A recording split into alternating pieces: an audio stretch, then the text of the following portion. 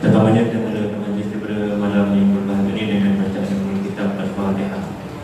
Bismillahirrahmanirrahim. Bismillahirrahmanirrahim.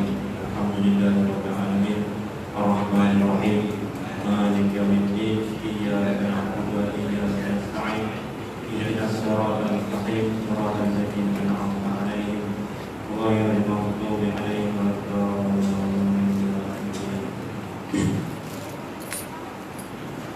Yang dimuliakan Pengurusi Masjid dan Kepala Haji Al-Rasah, Datuk Haji Abdul Wahab bin Datuk Haji Imam Hanifah, Datuk Hadirin Hadirat Muslimat dan Jemaah yang dirahmati Allah. Pertama-tamanya marilah semua kita manjatkan puji dan syukur kehadirat Allah Subhanahu wa taala sebagaimana kita rancangkan pada hari ini, pada malam yang berbahagia ini, majlis sambutan Hari Kebesaran Islam sempena Isra' Mi'raj. Kalau ikut dari segi tarikhnya, insyaAllah minggu depan, minggu depan 27 Rejab. Jadi kita buat awal, mana segi kita sambut tu kita adakan majlis ceramah yang berkaitan dengan Isra' Mi'raj. Sebelum terlambat, tamunya saya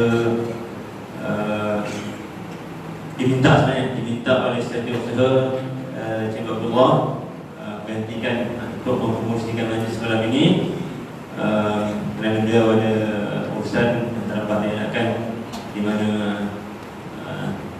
patutnya duduk di bawah imam kan, ganti untuk tempat promosi majlis sebagai Setiausaha. Untuk seterusnya dan juga di segi Setiausaha masjid. Yang kedua, tengok mana penceramah ni, tengok gambar dekat lain penceramah lain, nampak rumah mana. Penceramah pun masa akhir minta dah 2 kali tarikh sudah muda tu, ada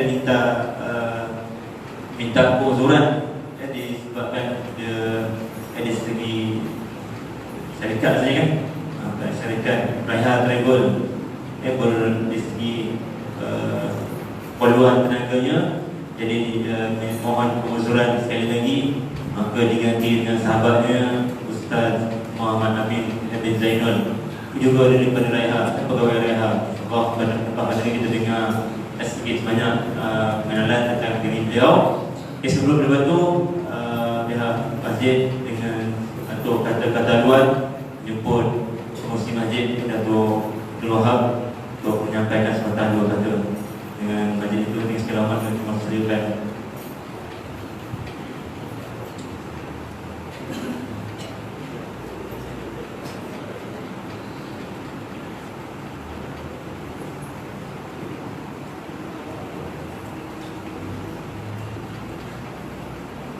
Assalamualaikum warahmatullahi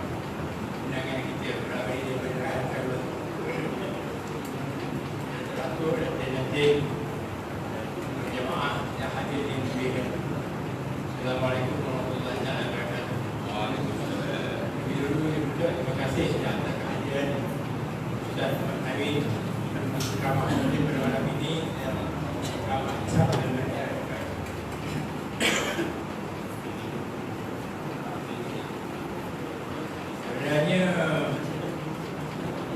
karya kita ni bulan ni 5 orang mendengar.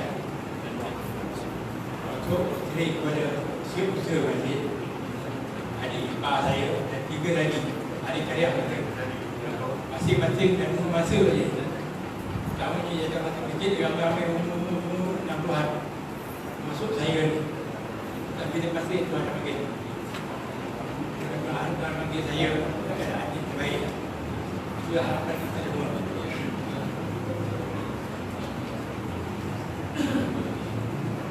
Jadi saya terima kasih kepada tuan perempuan pelajaran yang telah diberikan terima berjaya majlis kita pada malam ini. Juga kepada tuan tengok di sini macam perbezaan yang dengan naik tarafkan masjid ini, utamanya makam wakaf dia jangan sepanjang jalan setelah kita naik ke tarafnya. Ini semua ni adalah duit bukan yang duit wakaf masjid, adalah duit pegang amanah wakaf atau amanah jalan. Setelah saya bincang dengan wakaf di seorang lagi, di pemegang amanah di seorang lagi, saya kata, tanya dia berapa banyak duit dia. Dia kata ada banyak duit. Hasil daripada kutipan sewa Allahyarham amanah wakaf diri pada Al-Quran. Jadi saya kata pada masanya kita naik tarafkan makam ni. Masjid ni, masjid Allahyarham ni atau makam ni pun kita mesti naik tarafkan. Dengan kita tinggalkan makam ni selama hingga keadaan dia nak tidur kan. Dia alhamdulillah dia tidur, maka dia buatkan naikkan taraf dah hampir siap. Juga masjid ni banyak dia yang dibacakan untuk naik taraf masjid ni, catnya dan sebagainya. Jadi ada yang wakaf dalam murid orang perorangan, namanya had depan masjid ni, itu adalah wakaf orang perorangan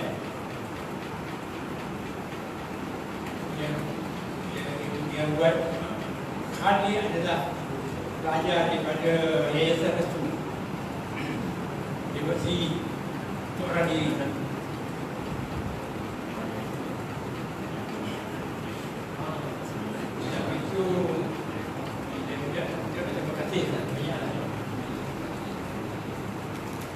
Semangat-semangat yang telah memberikan menjayakan majlis dan kemudian masjid. Satu lagi yang saya maksudkan iaitu kita mencari masjid ni siap dan semalam baru pihak MPS datang buat cek pembangunan tu dan pada dasarnya tidak ada masalah. Dan itu saya masa tadi pentadbiran masjid dan ada di situ bersama dengan pentadbiran operasi masjid dan hayat masjid juga akan dijabat dia di bangun dari masjid. Dengan itu saya sudahi ucapan saya ini ringkas. Terima kasih kepada Ustaz Amin dan daripada Prof. Terima kasih Ustaz.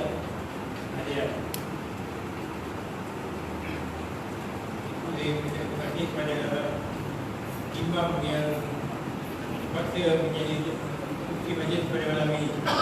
Assalamualaikum warahmatullahi wabarakatuh.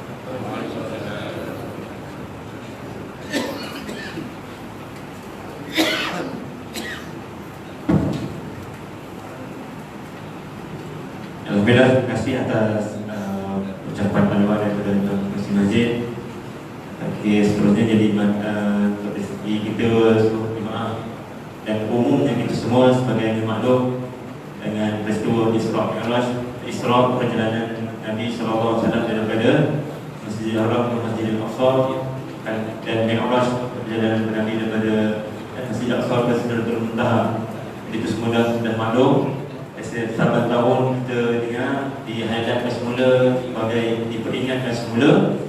Jadi di samping kepada tu, di samping peristiwa-peristiwa tersebut dengan berkaitan dengan isu-isu semasa yang berkaitan, insyaAllah yang Pak Ustaz Muhammad Amin akan mengenalkan dengan isu semasa yang hari ini pun kita ada dengar di sedap di Kuwait kan. Kuwait ada azan lain macam. Macam boleh ke tak boleh tu? Allah kalau saya lupa kan tanya balik ke Ustaz. Boleh tak boleh? Jadi ada Ustaz ni dah jelas sebenarnya. Dengar daripada Ustaz ni ada dalil dia, ada hadis daripada Nabi sallallahu alaihi wasallam. Jadi untuk apa mendengarkan masa saya sebagai muslim majlis menyebut Al-Fadhil Ustaz Muhammad Amin bin Zainul untuk menyampaikan ceramah yang rasmi pada malam ini. Selamat silakan.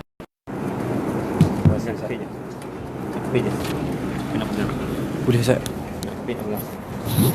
Kepit kot Ustaz. Pegang Ustaz. Ustaz kepit je. Bismillah. Baik Ustaz.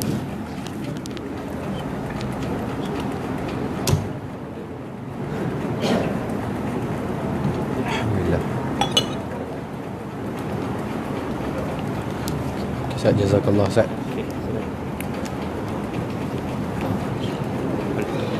Boleh Ustaz.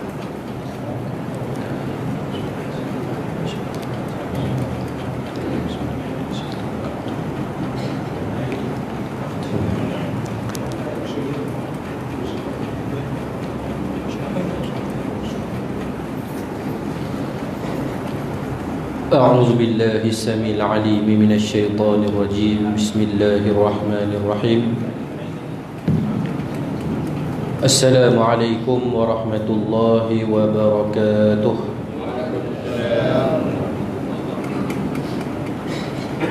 الحمد لله رب العالمين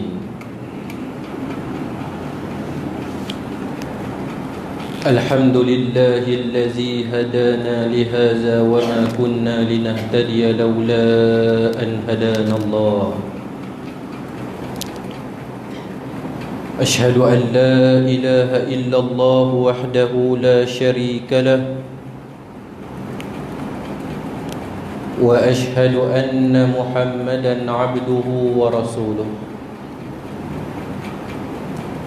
اللهم صل على سيدنا ونبينا وحبيبنا وشفيعنا وقرة أعيننا وقدوتنا محمد بن عبد الله الأمين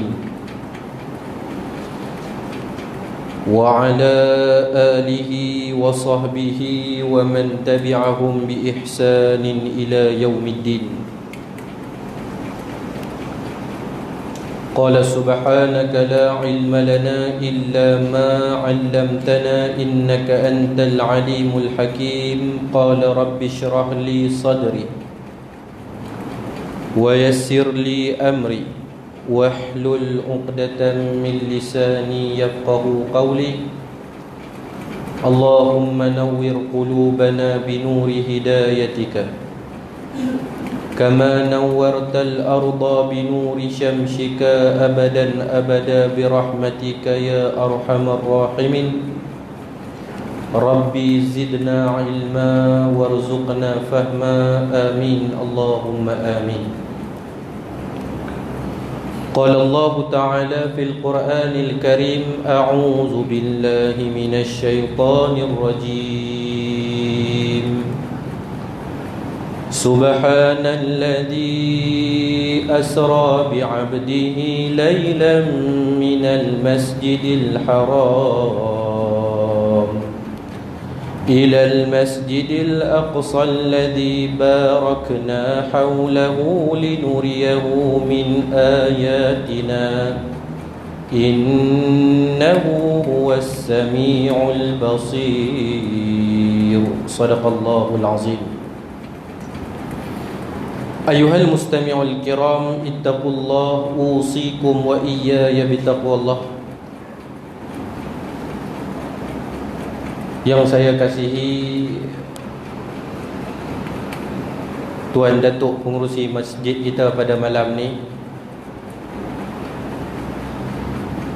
pengurusi majlis, ahli jawatan kuasa masjid, ayah-ayah, ibu-ibu yang saya kasihi sekalian,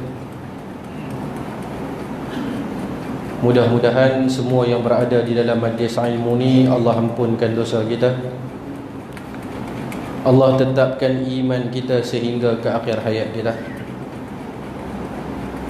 Sebelum kita terlupa, nawaitul i'tikaf fi hadzal masjid sunnatan lillahi ta'ala. Abang-abang, ayah-ayah, ibu-ibu yang saya kasih sekalian, sihat tuan-tuan?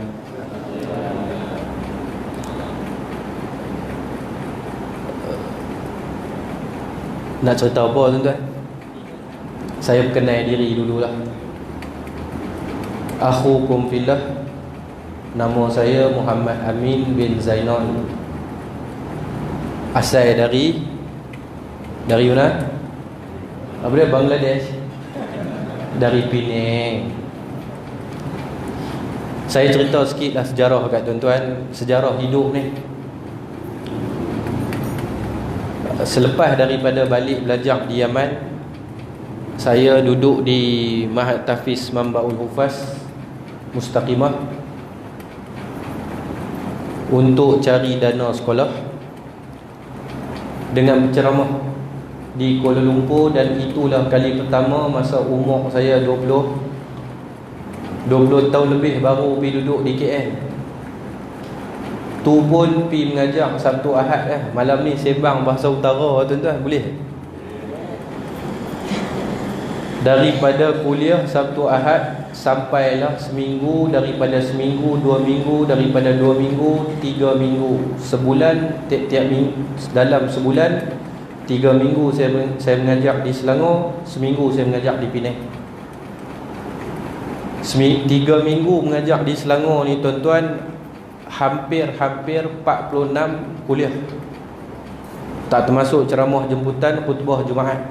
46. Bulan 11 tahun sudah saya bawa jemaah reha dengan Ustaz Fizal. Ustaz Fizal pergi dulu, kemudian saya. Jadi dapat tawaran untuk kerja dengan Reha Travel. Saya start kerja dengan Reha Travel ni baru ni Ustaz. Saya masuk Reha Travel bulan 9 tahun ni, tahun sudah minta maaf. Baru beberapa bulan je lah. Jadi tuan-tuan, patutnya malam ni Ustaz Fizal lah. Ustaz Fizal ni serumah dengan saya di Yaman, cuma beza dia junior saya setahun. Kalau Ustaz PI sama juga, junior setahun, cuma duduk serumah. Ustaz Fizal pun duduk serumah. Universiti tak sama kami belajar tuan-tuan. Patutnya malam ni saya pun duduk di Palestin ni tuan-tuan, bukan duduk di Rasah Negeri Sembilan ni. Patutnya kemarin Reha Travel dia ada 3 trip, 2 rombongan, satu ke Turki, satu ke Uzbekistan, satu lagi ke Jordan, Mesir, Palestin. Ini trip saya. Patutnya Isra' Mi'raj saya di Palestin dengan kru Makdan, siap nak buat rakaman lagi tuan-tuan. Studio semua pun turun sekali. Tiba-tiba sebab coronavirus, trip ke Palestin dengan trip ke Palestin ditunda, trip ke Uzbekistan dan Turki diteruskan. Tu yang Ustaz Fizal tak ada malam ni. Asal tarikh tunda tu sebab dia kena pergi umrah. Tiba-tiba umrah tak boleh pergi, travel minta dia bawa jemaah ke Uzbekistan. Hak tu yang tak tahu nak tukar ke mana. Dah saya pula kebetulan cancel trip ke Jordan. Kita jumpa malam ni tuan-tuan. Jadi muslimin, ayah-ayah, ibu-ibu yang dirahmati Allah, 8.20 dah. Saya pun tak mau buang masa banyak. Tadi bukan mai dari KL, saya mai daripada Kuala Lumpur. Malam ni kita nak cerita tentang satu peristiwa besar yang dinamakan sebagai Isra' wal Mi'raj. Tuan-tuan, Isra' Mi'raj ni 2 kejadian, 2 perkara yang berlaku dalam satu malam. Heran lah. Sebelum kita nak cerita panjang lebar, saya percaya tuan-tuan, kita tiap-tiap tahun duk dengar cerita ni, tak larat dengar lah. Dan tak larat dengar, silap hari bulan ada orang dah hafal dah, siap ayat Quran semua hafal siap dah.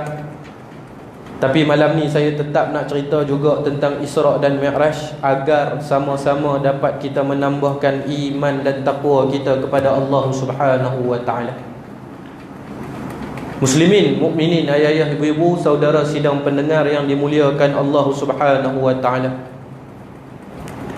Sirah kehidupan Nabi Muhammad sallallahu alaihi wasallam terbahagi kepada 2 fasa. Ini kita kena faham baik-baik. Kalau saya sebut sirah kehidupan Nabi Musa alaihi salatu wasallam berapa fasa? Lebih daripada 2 fasa. Daripada Mesir kemudian pergi ke Madian, daripada Madian kemudian lari mai balik ke Mesir, kemudian berpindah ke satu tempat hujung-hujung daripada kota Mesir. Selepas tu lintas daripada Laut Merah. Cerita Nabi Musa panjang. Cerita kehidupan Nabi SAW terbahagi kepada 2 fasa. Yang pertama, kehidupan Nabi di kota Makkatul Mukarramah selama 53 tahun. Dan kehidupan Nabi SAW di kota Madinatul Munawwarah selama 10 tahun. Tetapi sebagai satu orang Rasul, Nabi SAW hidup di kota Makkatul Mukarramah selama 13 tahun. Dan sebagai satu orang Rasul, Nabi Muhammad SAW hidup di kota Madinatul Munawwarah selama 10 tahun. Saya kalau mengajar tuan-tuan, saya suka tanya soalan, boleh jawab, sekali boleh makan sekali dengan saya. Tak boleh jawab, tak boleh makan, saya balik semua. Soalan saya senang saja tuan-tuan pada malam ni. Fasa kejadian Isra' wal Mi'raj berlaku di mana? Mekah ke Madinah tuan-tuan? Jawapan dia di kota Makkatul Mukarramah. Malam ni kita nak ambil trailer ataupun tajuk besar lah. Tak habis cerita semua. Kalau nak cerita semua boleh nanti masjid apa nama? Masjid Jami' Datuk Bandar. Just satu timeline kita buat daurah terus tentang Isra' Mi'raj. Kita baca kitab Isra' Mi'raj 5 jam tuan-tuan. 5 jam. Kalau nak lah. Tapi malam ni kita nak ambil trailer, kita nak ambil cerita-cerita kepala-kepala yang nak boleh jadi kepada Isra' wal Mi'raj. Baik, secara ringkas ayah-ayah, ibu-ibu yang dimuliakan Allah Subhanahu wa taala. Fasa kehidupan Nabi Muhammad sallallahu alaihi wasallam yang kita ceritakan tadi, 13 tahun di kota Mekah sebagai satu orang Rasul, 10 tahun di kota Madinah sebagai satu orang Nabi. Fasa kehidupan Nabi yang 63 tahun hidup di atas dunia ni tuan-tuan, dipenuhi dengan ujian demi ujian, ujian demi ujian dan ujian demi ujian. Sehingga pada malam ni kita tengok di manakah kedudukan Nabi SAW di sisi Allah Subhanahu wa taala. Jawapan dia, kedudukan Nabi SAW di sisi Allah Subhanahu wa taala iaitu manusia yang paling dicintai dan dikasihi oleh Allah Subhanahu wa taala.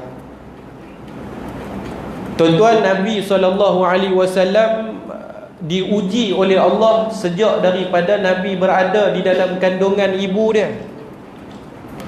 Masa duduk di dalam kandungan ibu dia, Allah Ta'ala uji Nabi SAW dengan kematian ayah dia. Nabi dilahirkan di dunia ni tanpa mengenal erti kasih sayang daripada seorang manusia yang bernama ayah. Di saat Nabi sedang membesar di kota Makkatul Mukarramah, di saat Nabi sedang membesar di perkampungan Bani Sa'ad, Nabi tengok ada kanak-kanak kecil. Setiap pagi tangan mereka dipimpin oleh ayah, dan mereka kenal ayah, dan mereka ada ayah, dan mereka setiap hari diizinkan oleh Allah panggil ayah, ayah, ayah. Tetapi tuan-tuan, Nabi SAW tidak pernah mengenal bagaimana rupa paras ayah dia, apatah lagi rasa hangat pelukan daripada seorang ayah, apatah lagi rasa kucupan yang penuh dengan kasih sayang daripada seorang ayah. Dahlah dilahirkan, dibesarkan, tiba-tiba Allah uji lagi Nabi. Mak Nabi tak ada susu, sehingga Rasulullah diberi penjagaan kepada diberi penjagaan kepada ibu susuan Nabi, Halimah binti Abi Zu'aib. Orang kita panggil Halimatun Sa'diyah, namanya ialah Halimah binti Abi Zu'aib. Nabi dibesarkan di perkampungan yang dinamakan sebagai perkampungan Bani Sa'ad. Hak ni rugi yang teramat-amat rugi. Ada orang dah pergi umrah 5 kali, ada orang dah pergi umrah 6 kali, bahkan lebih daripada tu. Tapi sekali pun kita tak pernah sampai di kampung yang pernah membesarkan Nabi SAW, iaitu kampung Bani Sa'ad. Kampung Bani Sa'ad tahun 2020 masih ada dan masih wujud. Rumah tempat Nabi dibesarkan masih ada dan masih wujud, yang mana jarak dia lebih kurang 2 jam aja daripada kota Makkatul Mukarramah, tuan-tuan. Tuan-tuan muslimin yang dirahmati Allah Subhanahu wa taala, kita ringkas cerita pergi terus kepada tahun ketiga kenabian. Satu lagi ilmu yang saya nak kongsi dengan tuan-tuan pada malam ni, bila saya sebut kata tahun ketiga kenabian, makna dia Rasulullah umur apa tuan-tuan? Nabi berusia 43 tahun. Tuan-tuan, pada tahun 3 kenabian selepas Rasulullah dilantik menjadi Rasul, Allah Subhanahu wa ta'ala memerintahkan Nabi untuk fasda' bima tu'ma, berterus teranglah kamu wahai Muhammad di dalam urusan menyebarkan risalah dakwah yang mulia ni. Maka satu hari Nabi pun buat pengumuman. Sebab tu tuan-tuan, Allah sebut di dalam Al-Quran, a'udzubillahi minasyaitonir rajim, ya ayyuhalladzina amanu qu anfusakum wa ahlikum nara. Sebelum kita nak cerita Islam kepada orang luar, kita kena cerita dulu Islam kepada ahli keluarga terdekat kita. Sebelum Nabi berdakwah kepada musyrikin Mekah yang bukan daripada kalangan ahli keluarga Nabi, mula-mula Nabi kumpulkan keseluruhan ahli keluarga Nabi. Di mana tuan-tuan, kalau kita tengok di dalam kitab-kitab sirah yang muktabar, peristiwa tahun ketiga kenabian, Nabi kumpul keseluruhan keluarga Bani Abdul Muttalib di mana? Di atas Bukit Safa, berdekatan dengan rumah Al-Arqam ibn Abi Arqam. Hal ni ada rezeki kita boleh buat satu ceramah lain, peristiwa-peristiwa yang berlaku di Bukit Safa. Banyak tuan-tuan. Ada rezeki lain kali kita set satu ceramah, kita cerita peristiwa-peristiwa yang berlaku di Bukit Safa. Kerana di Bukit Safa tu ada bermacam-macam kejadian yang pernah berlaku tuan-tuan. Nabi pernah kena pukul di atas Bukit Safa. Nabi pernah seru untuk orang yang datang mengerjakan haji pada tahun tu untuk beriman kepada Allah. Hatu yang kita baca surah Al-Qalam. Allah Ta'ala kata apa? Ma anta bi ni'mati rabbika bimajnun. Bila Nabi berjalan di depan Abu Sufyan bin Harb, Al-Walid ibn Mughirah, golongan-golongan musyrikin Mekah, mereka ikut Nabi di belakang. Mereka kata ma anta bi ni'mati rabbika bimajnun. Deni, kalau hampa dengar, dia adalah orang yang paling gila di dalam kota Mekah. Muslimin yang dirahmati Allah Subhanahu wa ta'ala, ketika Nabi panggil keseluruhan ahli keluarga Nabi berkumpul dekat-dekat dengan Bukit Safa, Nabi pun cerita kepada ahli keluarga dia, inni Rasulullah. Hak ni tuan-tuan. Satu lagi maklumat yang kita kena tahu pada malam ni, bila Allah pilih kita, Allah bagi ada ilmu sikit kat kita, Allah bagi ada satu keberanian kepada kita, jangan kita malu untuk menyebarkan Islam. Zaman hari ni tuan-tuan, orang tanya sikit, nampak macam ustaz kan? Dia pun abang, bukan ustaz, tak start lagi dia kata. Dalam menyebarkan risalah dakwah, Nabi SAW berdiri di atas Bukit Safa. Word pertama Nabi, inni Rasulullah, sesungguhnya aku adalah utusan Allah Subhanahu wa ta'ala di atas muka bumi ni. Tanpa segan silu, tanpa rasa malu, tujuan dia untuk membantu ahli keluarga dia dan seluruh umat manusia pada ketika itu keluar daripada kejahilan, keluar daripada zulumat kepada cahaya tuan-tuan. Orang pertama sekali bila dengar ucapan daripada Nabi SAW, aku adalah utusan Allah, tujuan aku diutuskan kepada kalian untuk mentauhidkan Allah, mengesahkan Allah Subhanahu wa ta'ala. Orang pertama sekali yang berdiri tuan-tuan, nama dia Abu Lahab. Dia kata kepada Nabi SAW, celakalah kamu wahai Muhammad, kalau kerana nak cerita kepada kami pada malam, pada petang ni ataupun pada pagi ni tentang kamu adalah seorang Nabi. Celakalah kamu wahai Muhammad, celakalah kamu wahai Muhammad. Tuan-tuan, ingat dan simpan dalam otak tuan-tuan sampai mati. Bermula daripada tahun ketiga hijrah, tahun ketiga kenabian, Nabi SAW dihina bukan sahaja oleh bapa saudara dia, bahkan Nabi dihina oleh keseluruhan penduduk Makkahul Mukarramah. Sejak daripada hari itu bermulalah episod-episod jahat daripada kalangan musyrikin Mekah, yang mana ada sahaja setiap hari, setiap minggu, setiap bulan perancangan demi perancangan untuk menggagalkan dakwah Nabi SAW. Sehingga kita baca di dalam satu riwayat dikatakan ketika mana satu hari Nabi keluar daripada rumah, Nabi berdakwah tuan-tuan. Nabi balik ke rumah dalam keadaan wajah Rasulullah pucat, tubuh badan Nabi menggeletar. Bila mana Rasulullah balik, Khadijah bintu Khuwailid tengok Nabi SAW, sepatah apa tak tanya, terus selimutkan Nabi SAW. Sebab apa wajah Rasulullah pucat? Sudah semestinya ketika Nabi keluar untuk menceritakan tentang Islam yang mulia ni tuan-tuan, Nabi dihina, Nabi dicaci, Nabi diherdik, Nabi diperkatakan dengan perkataan-perkataan yang tak boleh fikir dengan akal kita tuan-tuan. Tuan-tuan muslimin yang dirahmati Allah, apakah dakwah Nabi berhenti di situ? Jawapan dia tidak. Dakwah Rasulullah berterusan terus setiap hari di otak Nabi ni kita yang hari ni Allah bagi dah pencen, dah retire, dah tak ada kerja. Otak yang Allah bagi ni kena fikir setiap hari, macam mana aku nak jadi hamba yang paling soleh ya Allah, hamba yang abdan syakura ya Allah. Bukan setiap hari guna otak yang Allah bagi ni fikir macam mana lagi nak tambah nikmat dunia, macam mana lagi nak senang atas dunia, macam mana lagi nak pulut untuk ada kedudukan di dalam dunia. Tetapi tuan-tuan, Allah utuskan Nabi SAW untuk bagi tahu kepada kita orang Islam yang hidup di atas dunia, tujuan kamu diutuskan ke atas dunia walaupun kamu bukan Nabi, tetapi risalah dakwah perlu diteruskan. Tuan-tuan muslimin yang dirahmati Allah Subhanahu wa taala, kesan daripada umat Islam tidak melakukan kerja-kerja dakwah yang dilakukan oleh para nabi. Kita tengok hari ni jumlah penduduk dunia 7 bilion orang, tetapi yang Allah pilih untuk setiap hari mengucapkan la ilaha illallah Muhammadur Rasulullah iaitu 2 bilion manusia saja tuan-tuan. Salah seorang daripada yang beruntung iaitu tuan-tuan yang ada dalam rumah Allah.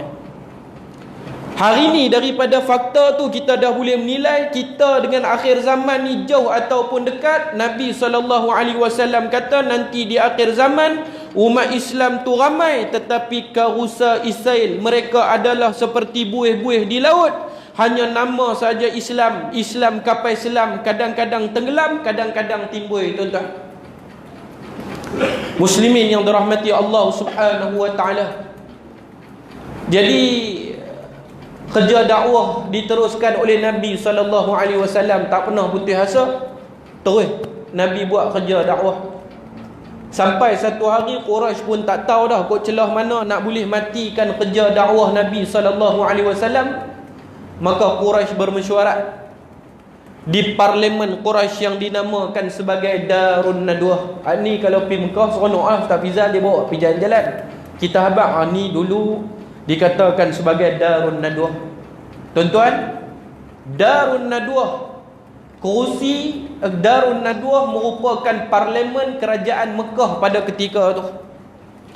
Kalau kita baca di dalam sejarah, Darun Nadwah dia ada berpuluh-puluh kerusi, dan kerusi yang paling besar di dalam Darun Nadwah adalah kerusi kepunyaan siapa tuan-tuan? Boleh jawab? RM1 Malaysia sesaat pada sekarang. Ni soalan yang kita nak tanya diri malam ni. Kita duk sebut Quraisy, kita duk sebut musuh-musuh Islam. Sama je kehidupan mereka dengan kehidupan orang yang hidup di zaman ni. Musuh-musuh Islam sampai hari ni ada tuan-tuan. Soal dia ketika mana Quraisy setiap kali bermesyuarat di parlimen Quraisy yang dinamakan sebagai Darun Nadwah. Di dalam parlimen Quraisy tu tuan-tuan ada berpuluh-puluh kursi YB. Dalam banyak-banyak kursi YB, kursi yang paling dahsyat sekali kursi kepunyaan Al-Walid ibn Mughirah. Satu cerita pula nak cerita tentang Al-Walid ibn Mughirah ni. Pemuka Quraisy yang sangat cerdik, yang tua, yang disegani, yang dihormati, yang mana bila dia bagi pendapat dia jarang-jarang tersasar daripada kehendak kafir Quraisy pada ketika tu tuan-tuan. Jadi Quraisy duduk bersidang mesyuarat dalam parlimen Quraisy macam mana cara nak hentikan dakwah Nabi SAW. Bincang-bincang, kita tawarkan kepada Muhammad apa yang Muhammad nak. Hak ni yang kita tengok di luar sana, manusia berebut-rebut nak kedudukan, nak pangkat, nak jawatan, sedangkan mereka tak tahu semua ni amanah. Mereka tanya Nabi, wahai Muhammad, kalau hang nak jawatan paling tinggi dalam kerajaan Mekah kami bagi. Kalau hang nak harta banyak mana kami bagi. Kalau hang nak perempuan yang paling cantik macam mana pun kami bagi. Kalau hang nak ternakan yang banyak pun kami bagi. Tapi syarat satu, wahai Muhammad, berhenti daripada cerita tentang Islam. Ringkas cerita tuan-tuan, Nabi tak kata kepada pemuka-pemuka Quraisy ni bagi masa 2 hari nak fikir. Nabi tak kata bukan 2 hari, sehari. Bahkan Nabi bukan kata sehari, sejam pun tak. Tu Nabi bagi jawapan. Nabi kata apa?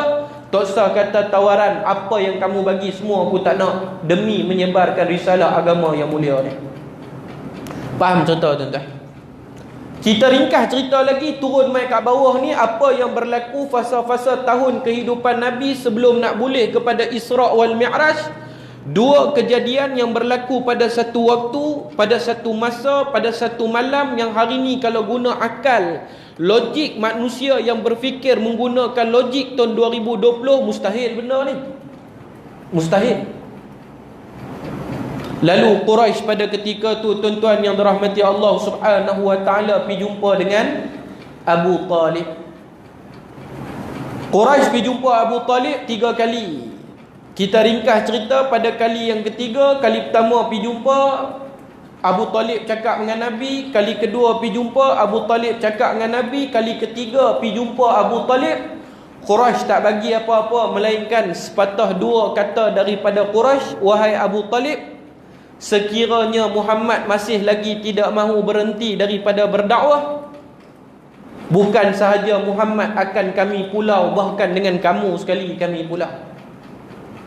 Tuan-tuan, Abu Talib panggil Nabi SAW. Abu Talib panggil Nabi SAW dalam keadaan Abu Talib duduk. Nabi masuk di dalam rumah Abu Talib. Bila menghadap Abu Talib kata, ya Rasulullah, wahai Muhammad, sesungguhnya Quraisy sudah pun memberi sepatah 2, kalau kamu masih lagi terus menyebarkan dakwah, bukan sahaja kamu akan dipulau, bahkan dengan aku sekali akan dipulau. Bila Nabi tengok tuan-tuan, Abu Talib sudah tidak lagi mampu untuk mempertahankan Nabi SAW. Lalu Rasulullah bangun di depan Abu Talib dalam keadaan bercucuran air mata kerana sedih tuan-tuan, sedih yang teramat-amat. Manusia yang bela Nabi daripada umur Nabi 8 tahun sampai Nabi kahwin, sampai hari ni ketika kita cerita peristiwa ni, Abu Talib sudah pun, umur Nabi sudah pun 40 tahun lebih. Tapi tuan-tuan yang dirahmati Allah Subhanahu wa taala, untuk Nabi reti ataupun berhenti daripada menyebarkan risalah dakwah, tidak sama sekali. Terus Nabi SAW menyebarkan risalah dakwah. Ujian biasa lagi, kita duk dengar ni biasa lagi tuan-tuan, ni nak main luar biasa lah. Sehinggalah pada tahun 10 kenabian, 10 kenabian, umur Nabi 50 tahun di kota Mekah. Kita renung, kita tengok baik-baik pada malam ni tuan-tuan. Lah kali Quraisy kata tak boleh jalan, maka dibuat satu perjanjian, dimeterikan satu akad, satu sumpah setia di kalangan Quraisy. Mulai hari ni kita boikot dan kita pulau Muhammad serta seluruh ahli keluarga Muhammad. Bahkan siapa-siapa yang mengaku, yang sokong, yang percaya kepada Muhammad walaupun tak masuk Islam, semua kita boikot tuan-tuan. Boikot. Tuan-tuan faham tak boikot ni? Bila sebut cerita boikot tuan-tuan, kita bacalah cerita bagaimana Nabi SAW menghukum satu orang sahabat yang tak ikut serta di dalam peperangan yang dinamakan sebagai Perang Tabuk. Kalau saya sebut malam ni Perang Tabuk berlaku pada tahun ke berapa? Jawapan dia, Perang Tabuk berlaku pada tahun ke-9 Hijrah. Tuan-tuan, tahun ke-9 Hijrah, umur Nabi 62 tahun. Cuba kita renung malam ni, kita umur 62 tahun. Nabi tu Nabi, dia bukan Robert. Nabi ni Nabi, dia tetap sakit, dia tetap sedih, dia tetap penat. Dia juga seperti manusia biasa. 62 tahun nak menunggang kuda daripada Madinah pi ke Tabuk, yang mana jarak dia tuan-tuan 700 km. Dalam perang Tabuk ada 3 orang sahabat tak ikut. Bukan 3 orang ni saja, ramai lagi. Tapi 3 orang ni Allah cerita kisah mereka di dalam surah At-Taubah pada ayat 117 sampai ayat 119. Allah tutup ayat 119, kata Allah, ya ayyuhalladzina amanu taqullaha wa kunu ma'as sadiqin. Tuan-tuan, sikit nak cerita tentang boikot ni. Apa yang berlaku ketika mana Nabi balik daripada peperangan Tabuk? Tak jadi pun perang Tabuk tu. Tapi bila Nabi balik daripada jarak 700 km punya perjalanan, Nabi dapat tahu ada 7-8 orang yang tak pi dalam perang Tabuk. Nabi panggil seorang-seorang main menghadap Nabi, tanya Nabi, pasal apa tak pi perang Tabuk? Kalau malam ni pengurusi buat satu sistem di masjid, siapa tak main semayang jemaah, panggil tanya, mampu nak jawab apa tuan-tuan? Ni muhasabah malam ni. Tuan-tuan, ni bukan tak pergi semayang, tak pergi perang. Bila Nabi panggil seorang-seorang main menghadap Nabi, munafik memang biasalah, penipu besar. Munafik bagi alasan kami tak mau pergi pasal musim panas, pasal 700 km. Nabi tak kata apa. Allah tegur Nabi dalam surah At-Taubah juga. Tapi bila mai kepada giliran sahabat, siapa dia nama dia? Ka'ab ibnu Malik Al-Ansari radhiyallahu an.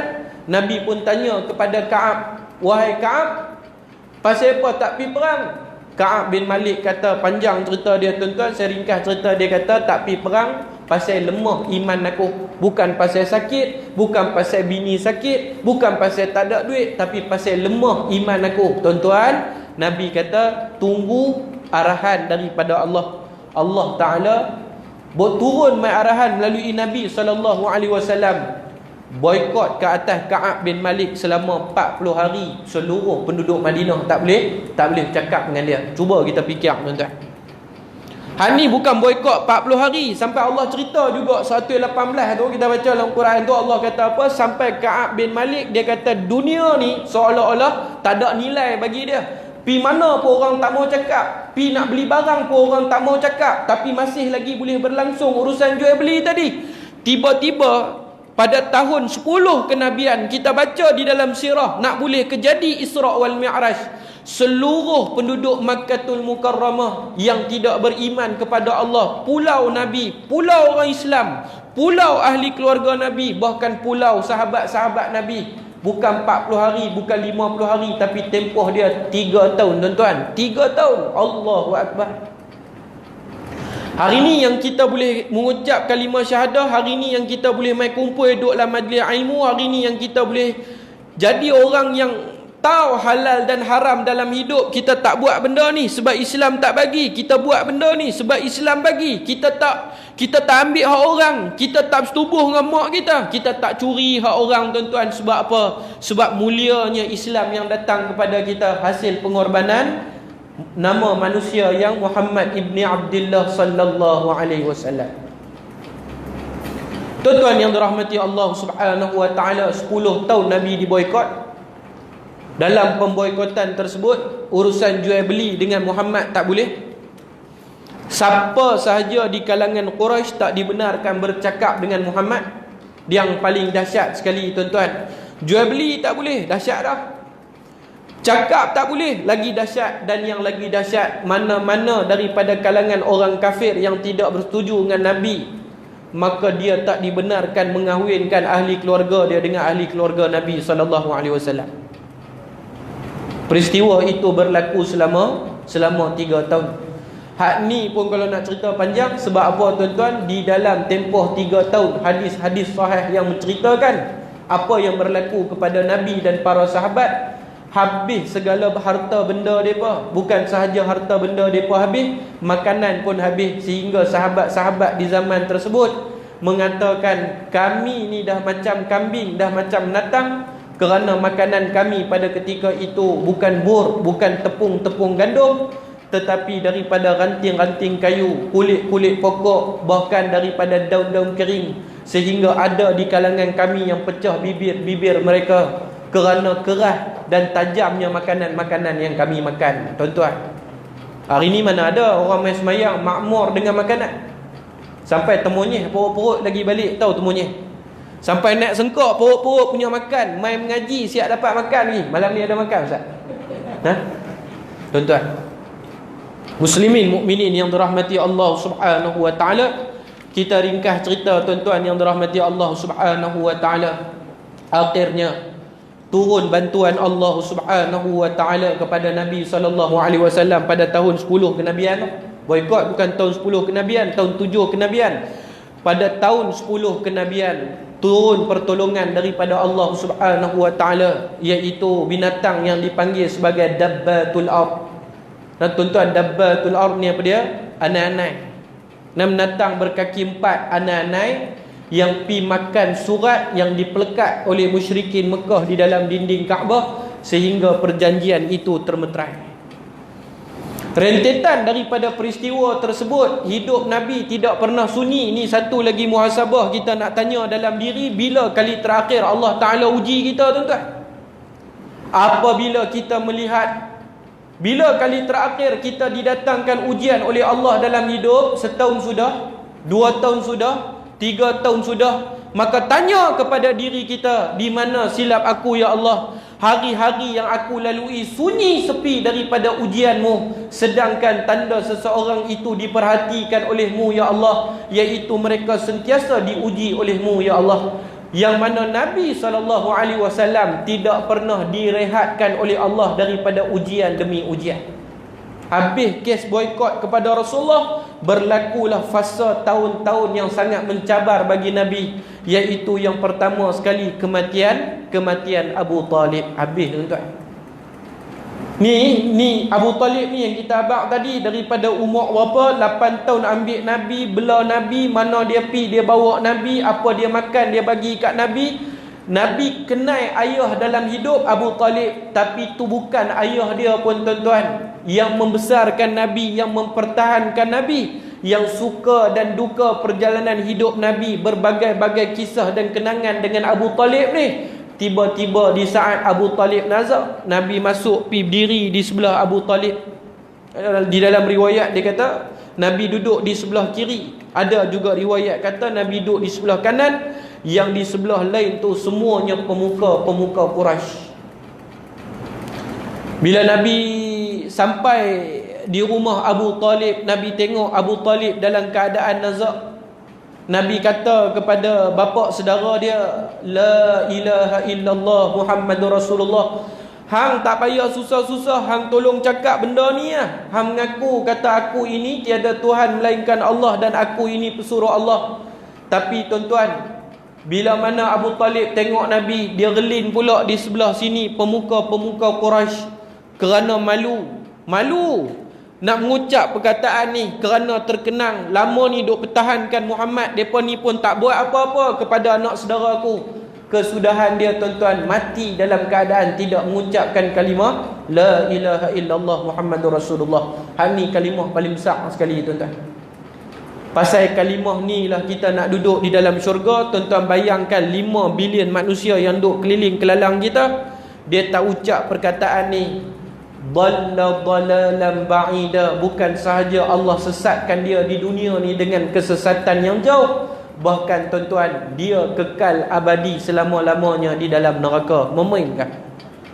Memainkah, tuan-tuan? Bukan kekal abadi di dalam syurga, tapi kekal abadi selama-lamanya di dalam neraka Allah Subhanahu wa ta'ala. Yang mana di dalam neraka ni bukan kerja dia nak boleh tidur, bukan kerja dia nak boleh minum, bukan kerja dia nak boleh makan, bukan bersandar, tetapi dibakar, diazab, disiksa, diperlakukan dengan berbagai-bagai perlakuan yang pastinya tidak disukai oleh manusia, tuan-tuan. Muslimin yang dirahmati Allah Subhanahu wa ta'ala.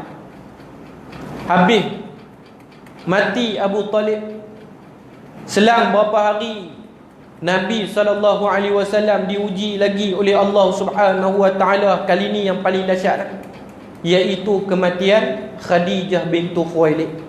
Tuan-tuan, cerita Khadijah ni sangat menarik. Cerita Khadijah bintu Khuwailid ni sangat menarik. Hari ni kita pergi buat umrah, sayang kita tak tahu tang mana rumah Khadijah bintu Khuwailid. Rumah Khadijah bintu Khuwailid, kita keluar daripada Bukit Marwah, kita berjalan kok kiri itu sikit tuan-tuan, itulah rumah Khadijah bintu Khuwailid dengan Nabi SAW. Tempat Nabi lahir lain, tempat Nabi kena pulau lain. Nabi kena pulau, Nabi bawa semua anak bini dia, keluarga dia, orang yang tak Islam tapi percaya kepada Nabi di satu perkampungan yang dinamakan sebagai Syi'ib Abi Talib. Jadi muslimin yang dirahmati Allah Subhanahu wa taala, Khadijah manusia hebat. Tuan-tuan tengok bagaimana Allah memuliakan Khadijah bintu Khuwailid. Selama mana Nabi SAW berkahwin dengan Khadijah, Allah Subhanahu wa taala tidak mengizinkan Nabi berkahwin dengan mana-mana perempuan yang lain. Sedangkan selepas kewafatan Khadijah, kematian Khadijah, Rasulullah kahwin lagi 10. Selama tempoh usia perkahwinan Nabi dengan Khadijah bintu Khuwailid, Allah muliakan Khadijah sampai Allah tak izinkan Nabi SAW berkahwin dengan mana-mana perempuan lain. Tuan-tuan, cerita Khadijah ni sangat menarik. Bila habaq kepala dia, saya berasa nak cerita tapi tak boleh cerita. Kalau cerita kira apa nak habis. Tuan-tuan, Khadijah, di mana kedudukan Khadijah di sisi Allah? Nabi SAW menyebut penghuluwati ataupun presiden wanita di dalam syurga namanya Maryam binti Imran. Tuan-tuan, bukan presiden Malaysia, bukan presiden dunia, presiden seluruh makhluk yang pernah melatari sejarah dan sirah hidup di atas dunia. Mereka-mereka yang kita tahu daripada dulu zaman Nabi Adam sampailah kepada umat Nabi yang terakhir yang hidup, yang mati. Siapa dia leader mereka ni dalam syurga? Maryam binti Imran. Pembantu dia, naik presiden dia Khadijah bintu Khuwailid. Oi, sebab tu cerita Khadijah dahsyat tuan-tuan. Sebab tu cerita Khadijah dahsyat. Banyak kalau kita nak relate. Sebab apa? Di antara sebab-sebab Abu Sufyan dendam kepada Nabi SAW. Sebelum Nabi meminang Khadijah bintu Khuwailid, Abu Sufyan dulu minang Khadijah bintu Khuwailid. Tetapi pinangan Abu Sufyan ditolak oleh Khadijah bintu Khuwailid. Susah senang Nabi, hasil perkahwinan, perkongsian hidup Nabi dengan Khadijah, Allah bagi 6 orang anak. Tak, Allah tak bagi nikmat dan kurniaan zuriat-zuriat ni kepada mana-mana isteri-isteri yang lain. Allah memuliakan Khadijah bintu Khuwailid. Tuan-tuan muslimin yang dirahmati Allah Subhanahu wa taala, sehingga kita tengok bila matinya Khadijah bintu Khuwailid, para sahabat kata kami boleh tengok daripada raut wajah Nabi. Itulah tahun yang dinamakan sebagai Amul Huzni, tahun-tahun yang sedih. Nabi walaupun bertalu-talu, bertubi-tubi, ujian demi ujian yang dihantar oleh Allah, tapi kali ni selepas kematian Abu Talib, selepas kematian Khadijah, para sahabat kata kami dapat melihat daripada raut wajah Rasulullah, raut wajah yang menunjukkan datangnya kesedihan yang sangat-sangat sedih daripada dalam diri Nabi SAW. Sedih. Muslimin yang dirahmati Allah, habis mati 2 orang besar yang mempertahankan gerak kerja dakwah Nabi SAW. Start daripada 2 kematian ni tuan-tuan, kita tengok apa yang berlaku kepada Rasulullah. Ujian yang cukup dahsyat. Nabi dipukul. Nabi SAW telah dipukul oleh Abu Jahal sehingga pecah dan berdarah kepala Nabi SAW. Pecah. Sampai berdarah kepala Nabi SAW. Berita ni sampai kepada Sayyidina Hamzah. Sedangkan Sayyidina Hamzah tak masuk Islam lagi. Dia pergi jumpa Abu Jahal. Dia ambil anak panah Abu Jahal, dia bagi balik kat kepala Abu Jahal. Dah kali kepala Abu Jahal pun pecah tuan-tuan. Dan dia mengaku kata dia Islam, sedangkan dia tak masuk Islam lagi. Allah memperkuatkan kembali Islam. Allah memperkuatkan kembali Islam di bawah tangan-tangan panglima-panglima dan orang-orang yang hebat. Muslimin yang dirahmati Allah, sampailah bila Nabi tengok gerak kerja dakwah Nabi SAW di kota Madinah, di kota Makkatul Mukarramah sudah tidak lagi mendapat sambutan, maka Nabi memulakan dakwah di luar kota Makkatul Mukarramah. Nabi bawa Zaid ibn Harisah, teman Nabi, pi ke Taif tuan-tuan.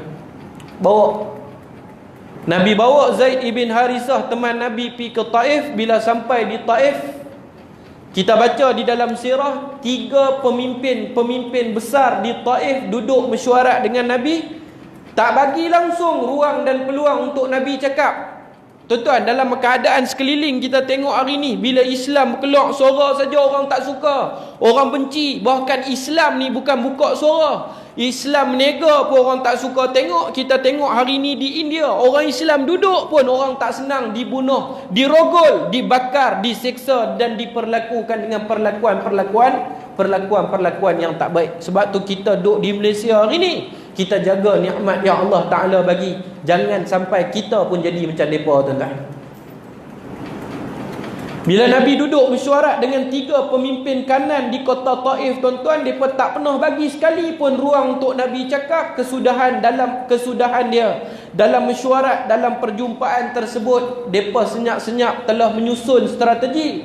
Bila Nabi keluar daripada bilik mesyuarat di kota Taif, kita suruh seluruh penduduk Taif, kanak-kanak, yang kecil, yang besar, yang muda, yang tua, yang tinggi, yang pendek, yang gemuk, yang kurus, berdiri ramai-ramai sepanjang jalan seolah-olah nak sambut Nabi. Tapi di belakang mereka sembunyikan kayu, mereka sembunyikan batu, mereka sembunyikan bekas-bekas yang kosong. Bila Nabi lintas, tuan-tuan, mereka balin daripada hujung rambut manusia mulia yang bernama Muhammad ibn Abdullah sallallahu alaihi wasallam sampai ke hujung kaki. Cuba kita renung malam ni, apa kerja Islam yang kita buat sampai kita diperlakukan macam tu, tuan-tuan.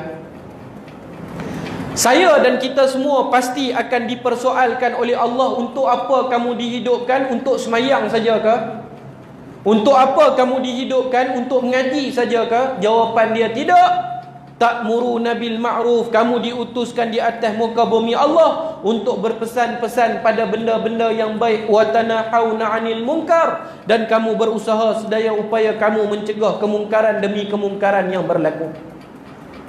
Ni tuan-tuan, kita tengok hari ni yang Ustaz Abang tadi, coronavirus ni salah satu dia sebab zaharal fasadu fil barri wal bahr. Kerosakan demi kerosakan yang dilakukan oleh tangan-tangan manusia. Saudi kita tengok, sebelum nak boleh ke fasa, hari ni seorang pun terus tak boleh pergi masuk Saudi lah. Sebelum tu Saudi dia buka visa pelancong. Baru buka visa pelancong tu saya duduk di Mekah, tuan. Kami nak balik daripada Jeddah International Airport, saya bawa geng polis Penang, OCPD pun duduk dalam tu. Di airport Jeddah International lagi, Ustaz, dah banyak perempuan-perempuan Saudi free hair, tak pakai tudung. Tuan-tuan, kalau nak tahu, yang kita duk baca Saudi punya undang-undang tu apa dia? Tak boleh pakai baju tangan pendek, tak boleh pakai selok pendek, tak boleh pakai kem plekat, tak boleh hisap rokok di tempat awam. Benda tu betul daripada bulan Safar hari tu lagi dah dikuat kuasakan. Tapi tuan-tuan, tak ada lagi orang Malaysia kena denda. Tapi dalam masa yang sama, yang tersembunyi, yang kita tak tahu, di Saudi, tuan-tuan, orang-orang perempuan dia tengah duk fight dengan kerajaan Saudi nak melegalkan orang perempuan daripada pakai tudung kepada tak pakai tudung. Hari kami nak balik, benda tu tak jadi pun lagi, tuan-tuan. Di airport ni berlambak-lambak orang Saudi, perempuan tak pakai tudung. Sampai OCPD ni dia kata apa? Dia kata, Ustaz, dulu kalau sampai Malaysia baru hilang setengah pahala, hak ni tak dan sampai Malaysia, di airport lagi hilang dah pahala setengah. Asal dia Saudi buka visa pelancong. Kalau saya bohong, malam ni sebelum tidur, tuan-tuan Google tengok, saya tengoklah. Ada orang daripada island, ada orang daripada merata dunia sampai ke tanah haram Madinah depa masuk, tuan-tuan. Jalan kat tepi kawasan Masjid Nabawi ni siap buat video ni. Tengok YouTube, tuan-tuan. Selepas daripada tu, kita tengok apa yang saya nak abangkan, tuan-tuan. Bala daripada Allah, coronavirus ni salah satu sebab banyaknya mungkar-mungkar, maksiat-maksiat, zulumat-zulumat yang orang kita buat. Tuan-tuan, kita hidup di satu zaman yang saya sendiri tak tahu nak abang zaman apa kita hidup ni. Kemudian kita tengok jadi isu sajat, kan? Kapiak pun boleh masuk, pondan pun boleh masuk. Hari ni Tuhan bagi sekok pun tak payah masuk. Tuan-tuan tak sedar ke benda tu? Tuan-tuan tak sedar ke benda tu? Kapiak pun boleh masuk, Pondan pun boleh masuk, tak kena tindakan. Balik Malaysia pun tak kena tindakan. Nak kena saman, berkeluar waran tangkap. Sebab apa? Sebab jual produk kosmetik yang tak dapat kelulusan KKM. Tentang mencabuli kehormatan tanah haram. Tidak ada apa-apa tindakan pun kita ambil sampai hari ni, tuan-tuan. Bala dan azab dia Allah bagi hari ni, sekok pun orang Malaysia tak payah pergi senang. Tak sedap lagi ke, tuan-tuan? Muslimin, mukminin yang dirahmati dan diberkati Allah Subhanahu wa taala. Jadi saya tengok kemarin Negeri Sembilan, Jabat Mufti ke Jabatan Agama Islam dia dah berkeluar ada doa khas. Kena baca. Bagus tuan-tuan, bagus. Apa langkah-langkah yang kita nak ambil? Taqarrub ila Allah, balik kepada Allah, tuan-tuan. Tak ada benda dah. Di zaman pemerintahan Umar bin Al-Khattab pernah jadi satu wabak yang dinamakan sebagai ta'un. Kalau tuan-tuan baca dalam kitab hadis akhir zaman, Nabi sebut bala Allah akan bagi khamsun idza tulitum bihinna wa a'udzu billahi an tudrikuhunna. Nabi pesan siap-siap kat umat dia, jangan buat 5 benda. Kalau hampa buat 5 benda, wa a'udzu billahi an tudrikuhunna, hati-hati bala dan azab Allah on the spot Tuhan bagi. Nah, kemudian Nabi sebut 5 benda tu, salah satu dia apa? Janganlah orang Islam yang berniaga di akhir zaman ataupun zaman mana-mana menipu di dalam urusan timbangan. Sampai Nabi kata, kalau orang Islam tipu dalam urusan timbangan, Allah akan bagi satu bala yang mana orang yang paling cerdik, pandai dalam negara tu pun tak boleh selesai masalah ni. Ni bukan masalah orang paling cerdik, pandai di Malaysia. Satu dunia sampai hari ni duk cari ubat coronavirus ni tak dapat lagi, tuan-tuan. Orang duduk di Negeri Sembilan ni kita tak tahu, tuan-tuan. Saya tak tahu macam mana skop kehidupan masyarakat di sekeliling, tuan-tuan. Saya mengajar di Kuala Lumpur ni banyak, tuan-tuan. Satu kisah yang saya nak kongsi dengan tuan-tuan. Kita Allah bagi dah ada Islam, dah ada iman, sampai malam ni Allah bagi macam-macam nikmat. Tumpang boleh duk buat ibadat, pulun buat ibadat macam-macam. Bulan sudah, tuan-tuan. Bulan sudah saya nak mengajar di satu pejabat korporat. Sebelum saya nak mengajar, ada satu orang hamba Allah, dia SMS kat saya, dia kata, "Ustaz, tengah hari ni kita jumpa di Hotel Sheraton boleh tak?" Hotel Sheraton Jalan Durai Samir. Ustaz Kamal tahulah, dia pandai KL ni. Saya pun tanya balik, siapa dia ni? Dia kata, "Sat lagi kau ustaz nak mengajar di pejabat lagi, pejabat dia lah. Tapi saya tak tahu dia tu Tan Sri." Jadi ringkas cerita, tuan-tuan, saya pun duduk, pipi duduk, nampak macam biasa. Nampak kemas kot datuk kita pakai samping. Tuan-tuan, dia satu kod pun tak ada. Tan Sri. Duduk. Dia kata kat saya, "Ustaz, sekarang ni satu polemik, satu isu yang sedang jadi di pejabat saya pun tak tahu macam mana nak handle.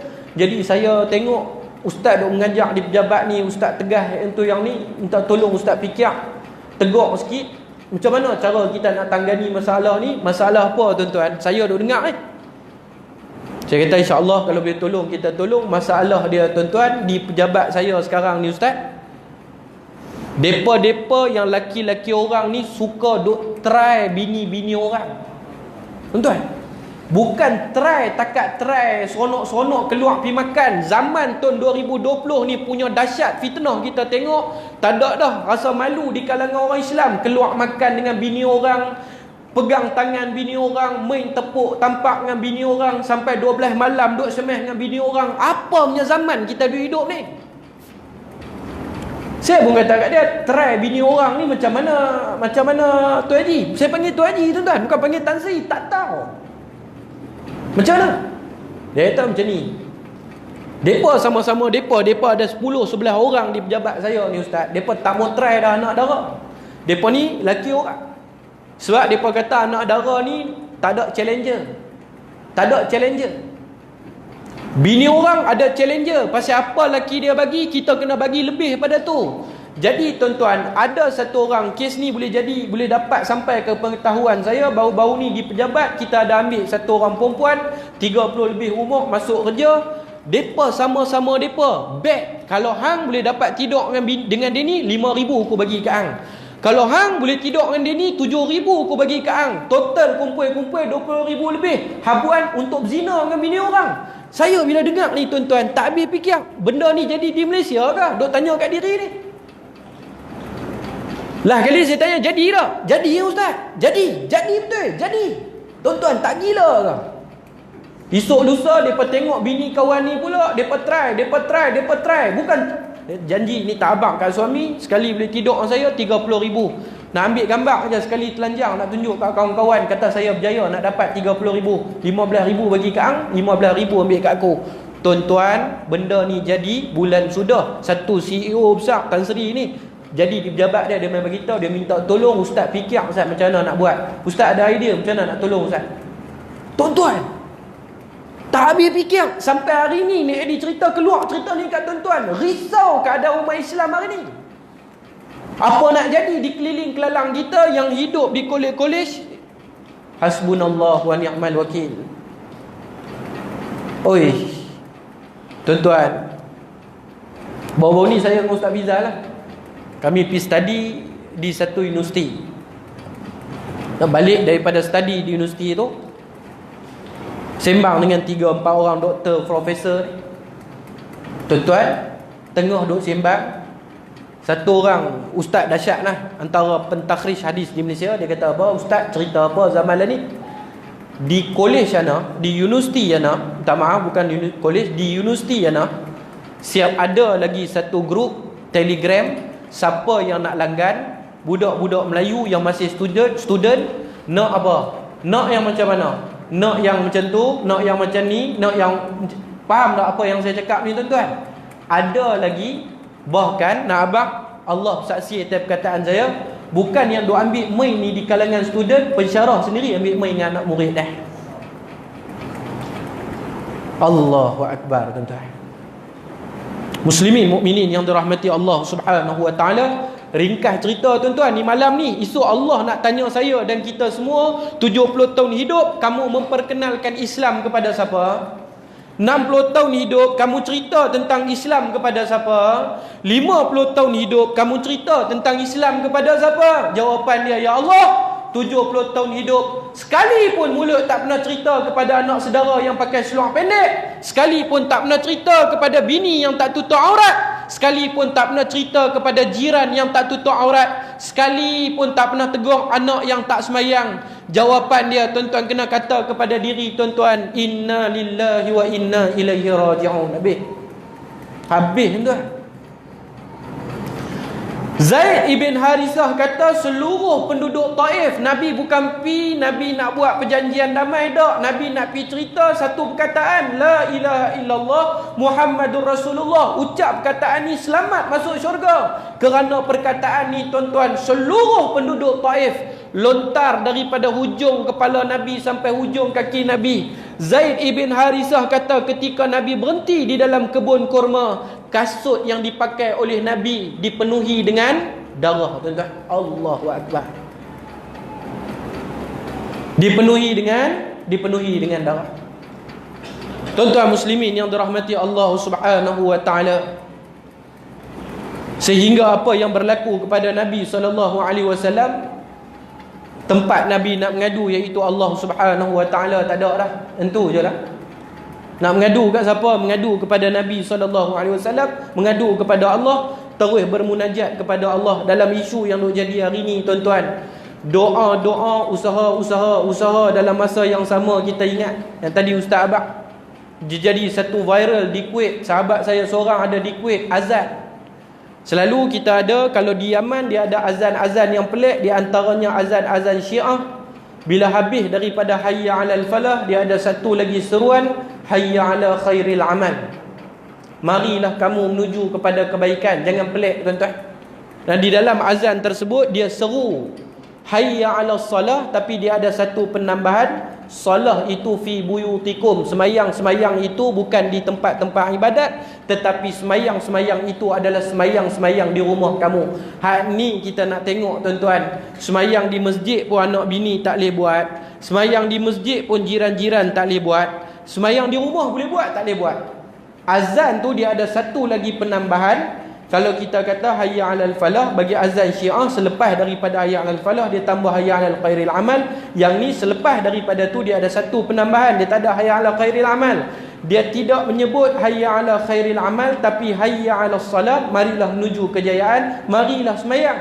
Hayya ala bangunlah kalian, segerakanlah diri kalian untuk mendirikan salat di tempat fi buyutikum, di tempat-tempat kalian, di rumah-rumah kalian. Boleh tak boleh? Jawapan dia boleh lah tuan-tuan. Jawapan dia boleh dalam beberapa keadaan di antaranya yang pernah berlaku di zaman Nabi SAW, iaitu hujan yang sangat lebat menyebabkan sahabat tak boleh nak keluar, sehingga banjir kota Makkatul Mukarram, tak boleh nak keluar.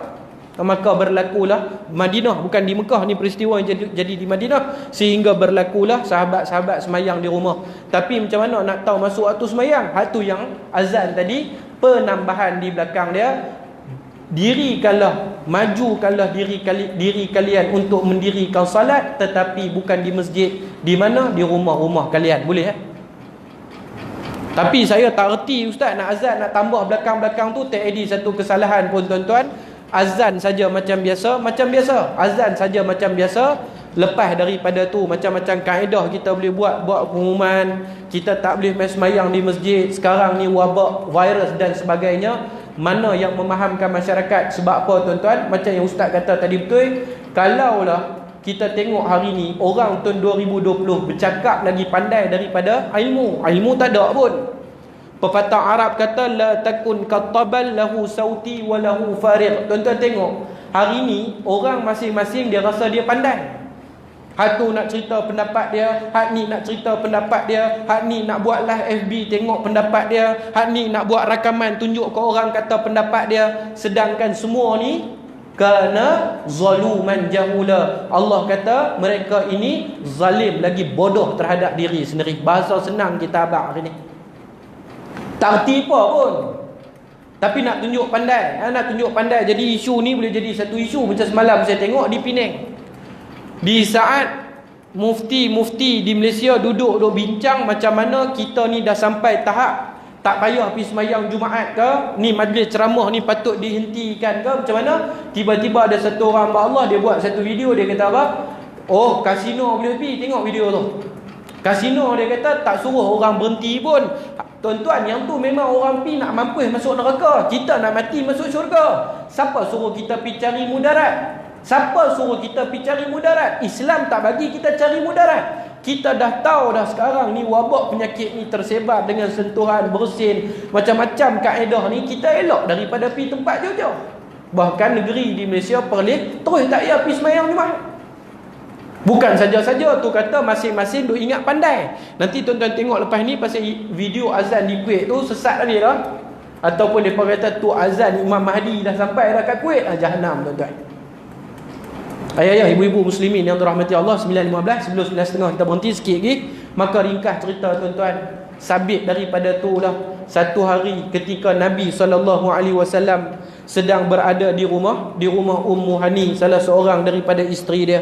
Tiba-tiba tentang peristiwa Isra Mi'raj ni pun khilaf banyak di kalangan ulama. Bila yang berlaku peristiwa Isra Mi'raj, di antaranya Imam At-Tabrani menyebut peristiwa Isra Mi'raj itu berlaku pada tahun pertama kenabian. Adapun Imam Nawawi dan Imam Qurtubi menyebut Isra wal Mi'raj itu berlaku pada tahun 5 kenabian.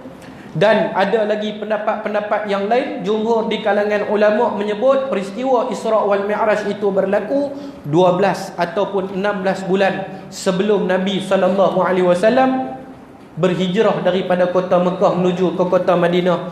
Itu pun tuan-tuan selepas bermacam-macam ujian Allah bagi kepada Nabi. Mati ayah, kemudian mati mak, kemudian mati datuk, kemudian mati pula bapa saudara dia, mati pula anak Nabi SAW tuan-tuan. Kelima-lima anak Nabi mati di depan pandangan mata Nabi. Dan mati dalam keadaan para sahabat kata, kami tengok Nabi menangis sampai tak dengar suara. Sedih. Dahsyat tuan-tuan. Nah muslimin yang dirahmati Allah Subhanahu wa taala, sehinggalah ujian demi ujian tadi menyebabkan Allah Subhanahu wa taala bagi tahu kepada malaikat Jibril, wahai Jibril, pisah ambil hati Muhammad. Pisat pujuk hati Muhammad walaupun macam-macam ujian, tapi tetap tabah, tetap senyum, tetap istiqamah di dalam Islam. Sebab tu tuan-tuan yang dirahmati Allah, satu hari, banyak riwayat, banyak pendapat, saya ambil pendapat ni. Satu hari ketika Nabi sedang tidur di rumah Ummu Hani, tengah malam, tiba-tiba Jibril mai betul-betul tuan-tuan. Jibril datang, tapi dengan rupa paras manusia. Satu soalan lagi malam ni. Kalau saya tanya tuan-tuan, Jibril berapa kali dia turun atas dunia ni, boleh jawab tuan-tuan? Berapa kalikah Jibril turun di atas dunia ni, boleh jawab? Tuan-tuan, Al-Quran mengandungi 6,236 ayat, ataupun satu pendapat lagi 6,666 ayat, yang mana di dalamnya mengandungi 114 surah. Selama 23 tahun diturunkan kepada Nabi SAW. Kadang-kadang Al-Quran turun satu ayat kat Nabi, kadang-kadang Quran turun satu hari 2 ayat, kadang-kadang satu hari turun 10 ayat, kadang-kadang tak turun langsung selama 23 tahun. Jadi 6,236 kali ni, berapa kali Jibril turun bawa ayat Quran? Jawapan dia beribu-ribu kali. Tapi tuan-tuan, Jibril turun dengan rupa paras yang sebenar berapa kali? Semua orang tahu, boleh jawab berapa kali? Ada kata sekali, ada kata 2 kali. Sekali bila? Selepas daripada Nabi dapat Iqra' bismi rabbikal ladzi qalaq, Nabi naik balik atas Gua Hira. Masa penurunan wahyu tu jugalah, Nabi naik duduk di atas Gua Hira. Nabi tunggu mana Jibril tak mamai, mana Jibril tak mamai. Kita baca dalam sirah yang sahih, bukan kita dengar cerita orang. Kita dengar cerita orang tu kita duk merapu. Nabi pun buka tangan dia macam nak terjun daripada atas Gua Hira. Tiba-tiba Jibril pun keluar di ufuk langit. Jibril kata, anta Rasulullah Muhammad, apa yang nak buat ni? Kamu adalah pesuruh Allah. Tiba-tiba Nabi tersenyap. Ni kali yang pertama kata para ulama. Tuan-tuan yang dirahmati Allah, kali ni Nabi turun kali ni Jibril turun daripada langit, mai jemput Nabi nak di Isra' dan di Mi'rajkan dalam keadaan rupa paras manusia. Sajalah saya tanya tuan-tuan malam ni, setiap kali bila Jibril turun atas dunia menyerupai rupa paras manusia, rupa paras siapa yang Jibril tiru? Faham tak ni? Faham tak ni? Rupa paras siapa yang Jibril tiru? Hak ni pun tak boleh jawab tuan-tuan. Balik cermin diri. Bukan saya condemn tuan-tuan, muhasabah. Mati malam ni, duduk dalam kubur, malaikat tanya soalan, imam muka, siapa imam kamu? Ada hati nak boleh jawab iman, Quran imam kami. Quran pun malam ni sampai pukul 9.19 tak baca sehelai lagi. Inna lillahi wa inna ilaihi raji'un. Nak mengaku kata Quran sebagai imam tiap-tiap malam nak tidur, tak ada pun. Tabarakallazi biyadihil mulk, yang ada handphone, yang ada WhatsApp, yang ada Facebook, tiba-tiba teringin mulut nak mengaku kata Quran imam aku. Boleh ke tuan-tuan? Tuan-tuan yang dirahmati Allah, cerita Quran ni cerita paling best. Tuan-tuan, setiap kali Jibril turun daripada langit, bila menyerupai wajah manusia, Jibril akan menyerupai wajah satu orang sahabat, nama dia Dihyah Al-Kalabi. Malam ni balik pergi baca riwayat, siapa dia Dihyah Al-Kalabi ni? Mulia apa dia ni? Sampai setiap kali bila Jibril turun, tiru muka sahabat yang 114,000 bilangan mereka. Tak tiru muka Abu Bakar, tak tiru muka Umar, tak tiru muka Ja'far ibn Abi Talib, tak tiru muka Miqdad, tak tiru muka Zaid ibn Dasinah, tak tiru muka kita sebut Abu Dujanah ataupun Simak Al-Qarsyah. Tapi sebaliknya, tiru muka orang yang kita tak bisa dengar. Nama dia apa? Dengan saya lupa. Tadi sebut dah. Nama apa? Nama dia Dihyah Al-Kalabi. Tuan-tuan muslimin yang dirahmati Allah, ringkas cerita, Jibril alaihi salatu wassalam kopak bumbung rumah Nabi SAW, bagi tahu kepada Nabi, ya Rasulullah, sesungguhnya Allah telah menjemput kamu untuk di Isra' dan di Mi'rajkan. Jom. Sesungguhnya malam ini kamu akan diperjalankan dengan satu perjalanan yang teramat-amat jauh, yang mana Di sini ada satu rahsia yang luar biasa tuan-tuan. Rahsia apa? Rahsia malam Isra, makna dia berjalan. Mi'raj, makna dia naik. Ma'arij, makna dia tangga daripada Masjidil Haram menuju ke Masjidil Aqsa. Tuan-tuan, kalau naik kuda, satu orang yang sihat, yang kuat tubuh badan, naik satu ekor kuda yang gagah perkasa, 1 bulan lama dia nak sampai ke Masjidil Aqsa. Nabi pi semalam, balik mai. Yang ni satu cerita lain tuan-tuan, cerita yang sangat dahsyat, perjalanan masa yang cukup berbeza. Bukti dia tuan-tuan, kita fikir, betul ke dok ni? Nabi pi balik mai dalam masa semalam. Tuan-tuan ingat, sehari di padang mahsyar, sehari di mahsyar ibarat 1000 tahun di dunia tuan-tuan. Tuan-tuan, Allah sebut di dalam Al-Quran, manusia ketika mana dibangkitkan pada hari kiamat, yauma yunfaqu fis-suri fata'tuna afwaja. Jibril pun tiup sangkakala, lalu manusia bangun daripada kubur, masing-masing berjalan ke mahsyar. Bila sampai di mahsyar tuan-tuan, manusia akan berdiri di mahsyar sekurang-kurangnya berapa lama kata Allah? 50,000 sanah. Malam ni ada otak, kita guna otak yang Allah bagi, cuba fikir. 4 jam diri pun nak mampu dah. Ni Allah nak suruh berdiri. Berdiri dengan jasad yang macam ni, berat 70 kilo, 70 kilo berdiri, tinggi 178 cm, 178 cm berdiri tuan-tuan. OKU pun diri, yang buta pun diri, yang tak ada tangan pun diri, yang tak ada telinga pun diri. Berdirinya mereka menanti Allah menurunkan mizan untuk hisap amalan manusia selama 50,000 tahun tuan-tuan. 50,000 sanah. Berbaloi ke duduk atas dunia ni tak semayang? Berbaloi ke duduk atas dunia ni tak cakap dengan jiran? Berbaloi ke atas dunia ni kerana nak kuasa maki orang tu, maki orang ni, buka aib orang tu, buka aib orang ni? Tuan-tuan, pada hari tu dia menyesal dengan penyesalan yang tak ada kesudahan dia. Tuan-tuan muslimin yang dirahmati Allah Subhanahu wa taala, ringkas cerita tuan-tuan yang dirahmati Allah. Kemudian rahsia perjalanan masa ni tuan-tuan, kita baca dalam kitab Imam Qurtubi. Imam Qurtubi menyebut manusia dia akan mengetahui rahsia orang kata apa? Perbezaan masa, rahsia alam ni, rahsia alam-alam yang lain yang Allah Taala jadikan ni, bila mana jasad, bila mana ruh keluar daripada jasad. Kata Imam Qurtubi, masa tu dia tahulah rahsia-rahsia Allah Ta'ala yang dia tak pernah tahu selama ni.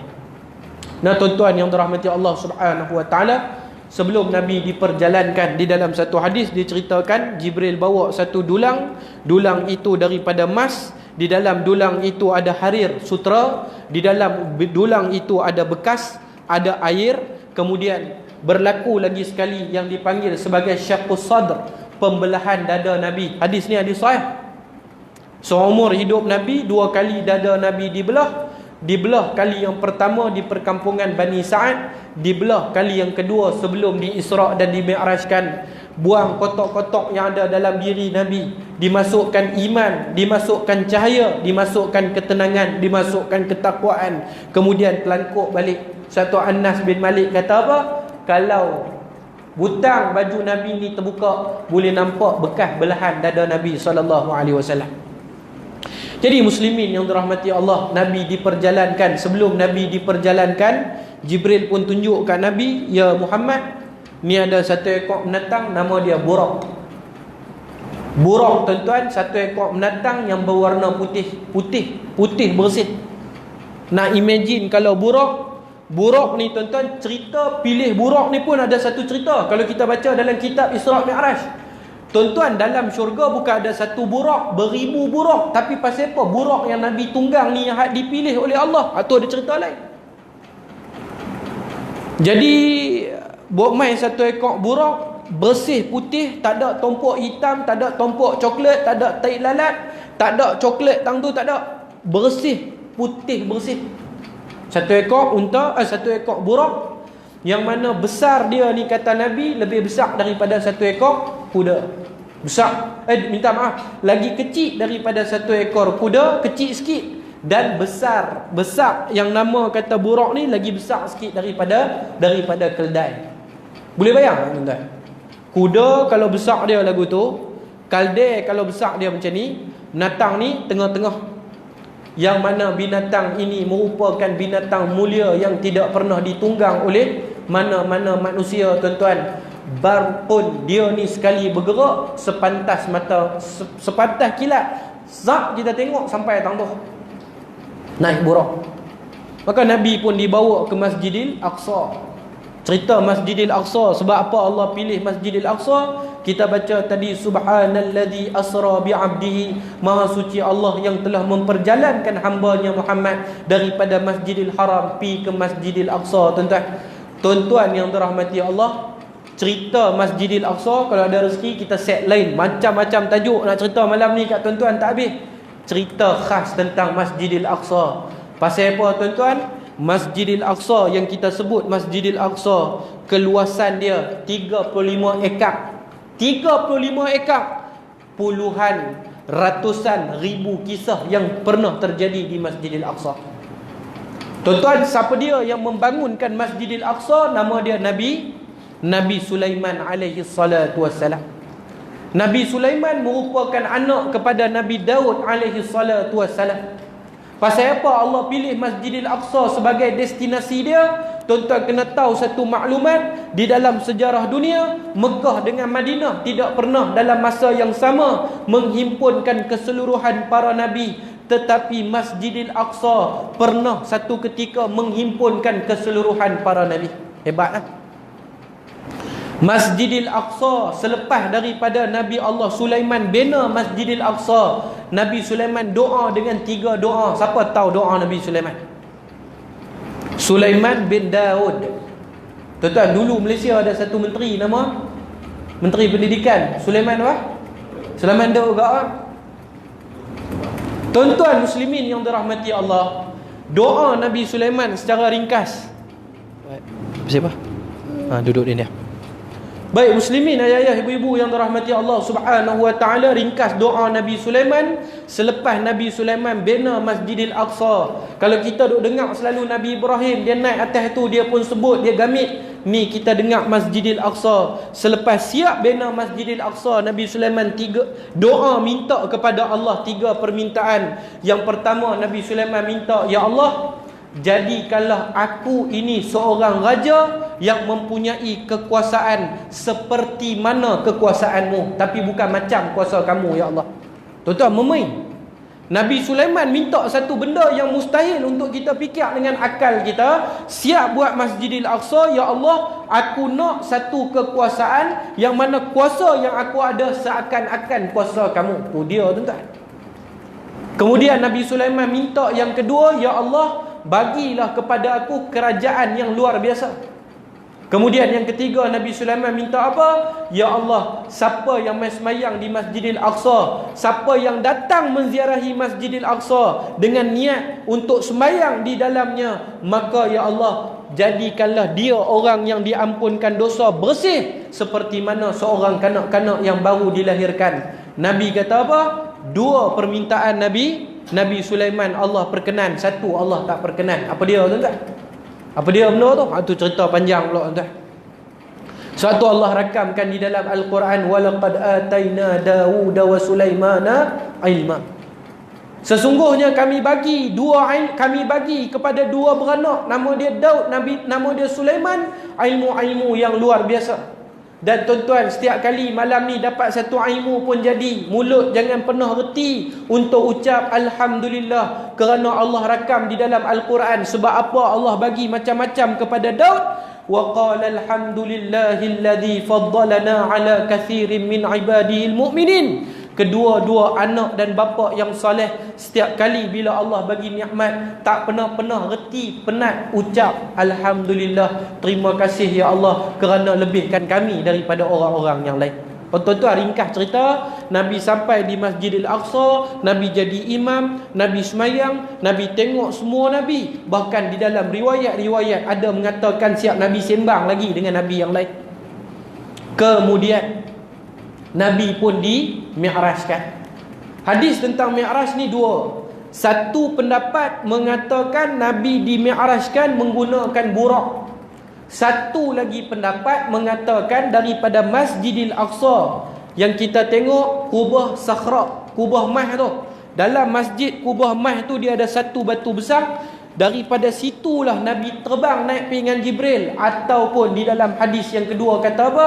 Dia bukan naik burak, tetapi Nabi naik tangga yang ada daripada Masjidil Aqsa sampai ke sampai ke mana? Sampai ke langit dunia. Tuan-tuan faham ni?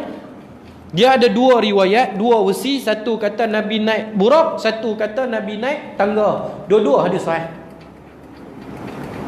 Kan ma'arij minallahi dzil ma'arij, di sisi Allah ada tempat-tempat nak naik. Dulu tuan-tuan, sebelum Nabi SAW lahir, syaitan jin duk naik tangga ni lah, duk pergi dengar rahsia-rahsia langit, pergi dengar apa malaikat duk bercakap. Tapi bila Rasulullah lahir tak ada dah. Jadi tuan-tuan yang dirahmati Allah, naik pergi langit yang pertama. Naik pergi langit yang pertama. Bila sampai di langit yang pertama, lalu Nabi SAW, bila nak masuk di langit yang pertama, kita tahu pintu langit ditutup. Semua orang tahu. Sebab apa cerita ni kena cerita juga tuan-tuan? Ni disiplin, adab. Islam ajak kita innama bu'ithtu li utammima makarimal akhlak. Tapi sayangnya orang Islam hari ni tak ada akhlak, tak ada adab, tak ada toleransi. Saya sebut overall tuan-tuan, kita tengok kadang-kadang jemaah tu dia duk beratok. Jemaah duk beratok teruk sangat. Jemaah duk tunggu giliran nak makan nasi. Tiba-tiba mai kroni-kroni kita, orang-orang yang kita kenal, kita tak bagi pun mereka ni beratok, tak tahu potong queue senang-senang ya. Tuan-tuan, benda ni Allah tak tanya ke? Saya tanya tuan-tuan. Yang kita duk baca Isra Mi'raj ni duk cerita benda apa? Tuan-tuan, kalau tengok orang-orang alim dalam dunia ni, dia tak akan ambil kesempatan di atas kelebihan yang dia ada, tuan-tuan. Tuan-tuan kenal Sulaiman Ar-Rajhi? Owner bank Ar-Rajhi, tuan-tuan, orang Yaman. Kaya ni tak usah cerita tuan-tuan. Kaya ni tak usah cerita. Dia buka bank Ar-Rajhi di Malaysia daripada 11 cawangan. Sampai hari ni tinggal satu cawangan. Tu pun nak tutup dah. Tuan-tuan, dia pergi hospital bukan potong queue, tunggu queue macam biasa. Tasbih sentiasa duduk di tangan. Bila sampai di pintu langit yang pertama, malaikat yang jaga pintu langit pun tanya kepada Jibril, siapa dia ni? Jibril pun kata, aku ni Jibril. Kemudian malaikat yang jaga pintu langit pertama tanya, siapa dia dengan kamu tu? Muhammad. Apakah dia sudah dijemput? Jibril kata, ia sudah dijemput. Buka pintu langit, Nabi pun tengok tuan-tuan. Di setiap lapisan langit itu, kata Rasulullah, kamu boleh lihat berbagai-bagai kaedah malaikat buat ibadat. Dan tuan-tuan yang dirahmati Allah, di dalam hadis Nabi kata apa? Kalau mata ni boleh tengok malaikat yang duduk di langit sampai naik bengkok. Tahu bengkok tuan-tuan? Naik, kita panggil apa? Naik belekuk langit ni. Sebab terlampau ramainya malaikat yang duduk di langit. Tiba-tiba tuan-tuan yang dirahmati Allah, Rasulullah tengok ada satu orang laki-laki tinggi dia 60 hasta. Kita ringkas-ringkas contoh. Maka Jibril pun kata, yang ni adalah Adam alaihi salatu wassalam. Ni Adam. Maka Jibril pun kata kepada Nabi SAW, sampaikan salam kepada Adam. Maka Rasulullah pun kata, Assalamualaikum kepada Nabi Adam. Tuan-tuan, Nabi Adam pun jawab salam Nabi Muhammad. Kemudian Nabi Adam kata, marhaban bibni salih, marhaban binabiyyi salih. Selamat datang wahai anak yang saleh, selamat datang wahai Nabi yang saleh. Ada lagi beberapa perkara, tapi yang kita nak kena tengok tuan-tuan, yang paling penting, selepas daripada Nabi Muhammad sallallahu alaihi wasallam jumpa Nabi Adam, kemudian apa yang berlaku? Nabi Adam doa kepada Nabi Muhammad. Nabi Muhammad pun dapat doa daripada Nabi Adam sebelum meneruskan untuk sampai ke langit yang kedua. Bila duduk di langit yang pertama, Nabi Muhammad tengok satu alam lain yang tak pernah Nabi Muhammad tengok. Naik pergi pula ke langit yang kedua. Bila naik di langit yang kedua, Rasulullah tengok di langit yang kedua ada dua orang Nabi, Nabi Allah Yahya dengan Nabi Allah Isa. Sama juga tuan-tuan, berlaku dialog di antara Nabi Yahya dengan Nabi Isa. sebelum Rasulullah meninggalkan Nabi Yahya dengan Nabi Isa, sama juga Nabi Yahya dengan Nabi Isa pun doa untuk Rasulullah. Satu benda lagi yang saya nak ambil, yang saya nak tekan sikit malam ni tuan-tuan. Tuan-tuan tengok amalan-amalan dari kalangan para Nabi, kemudian turun di kalangan para sahabat, para salafus salih. Tapi tahun 2020 orang Islam yang hidup tak ada dah benda ni.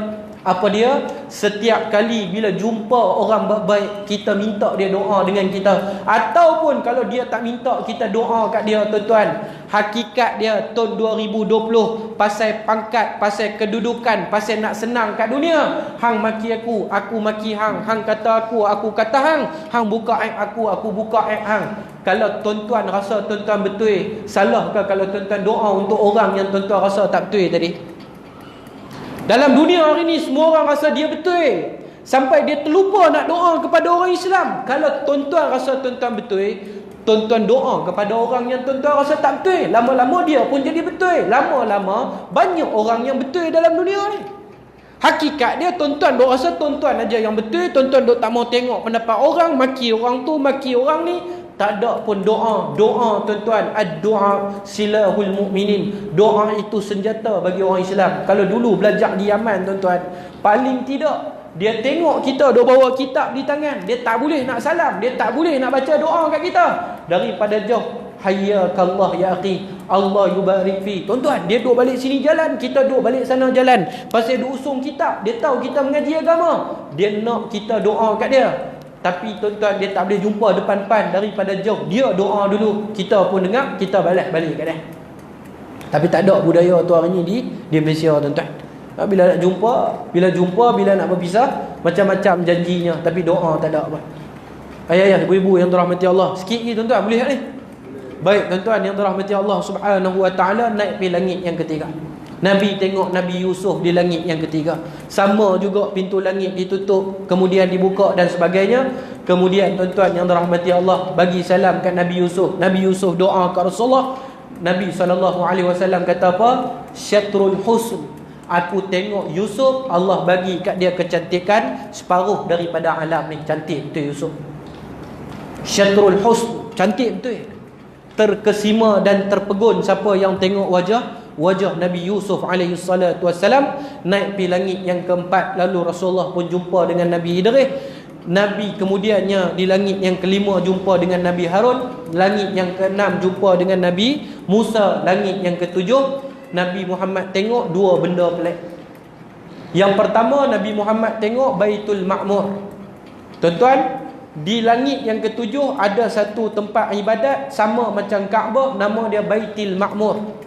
Rasulullah sebut dalam satu hadis sahih, tuan-tuan fikir baik-baik, setiap hari waktu pagi 10,000 malaikat naik tawaf, kemudian dia turun, dia tak naik dah sampai hari kiamat. Berapa banyak bilangan malaikat tuan-tuan? Besok naik pula, petang sekali lagi 10,000 malaikat pula yang naik. Jadi saya nak abang apa? Di dalam dunia, di keliling kelalang tuan-tuan ni, ramai tak ramai malaikat? Jawapan dia ramai. Nabi kata dia naik, dia tawaf, dia turun, dia tak pirah. Oi, banyak tuan-tuan. Dan yang kedua, Nabi SAW tengok satu benda yang pelik. Dalam ramai-ramai malaikat duk tawaf, ada satu orang laki-laki, dia duk bersandar. Pendapat ni dhaif, dia kata letak tangan macam ni lah. Wallahu a'lam, yang pasti Nabi ada satu orang manusia, dia duk bersandar relax di Baitul Ma'mur tu, di saat orang lain tengah duk tawaf. Siapa dia laki-laki tu? Nama dia, Rasulullah kata, bahkan bila aku tengok laki-laki ni, nafsul wajhi, muka dia sama macam aku, sama seakan-akan macam aku. Siapa dia laki-laki ni? Ibrahim alaihi salatu wassalam. Habis tuan-tuan, naik pergi ke langit, naik pergi ke satu tempat, naik pergi lagi ke satu tempat, yang mana bila sampai di satu tempat tadi, maka Rasulullah SAW pun tengok Jibril dengan rupa paras yang sebenar. Walaqad ra'ahu bil ufuqil mubin. Surah An-Najm ayat 114.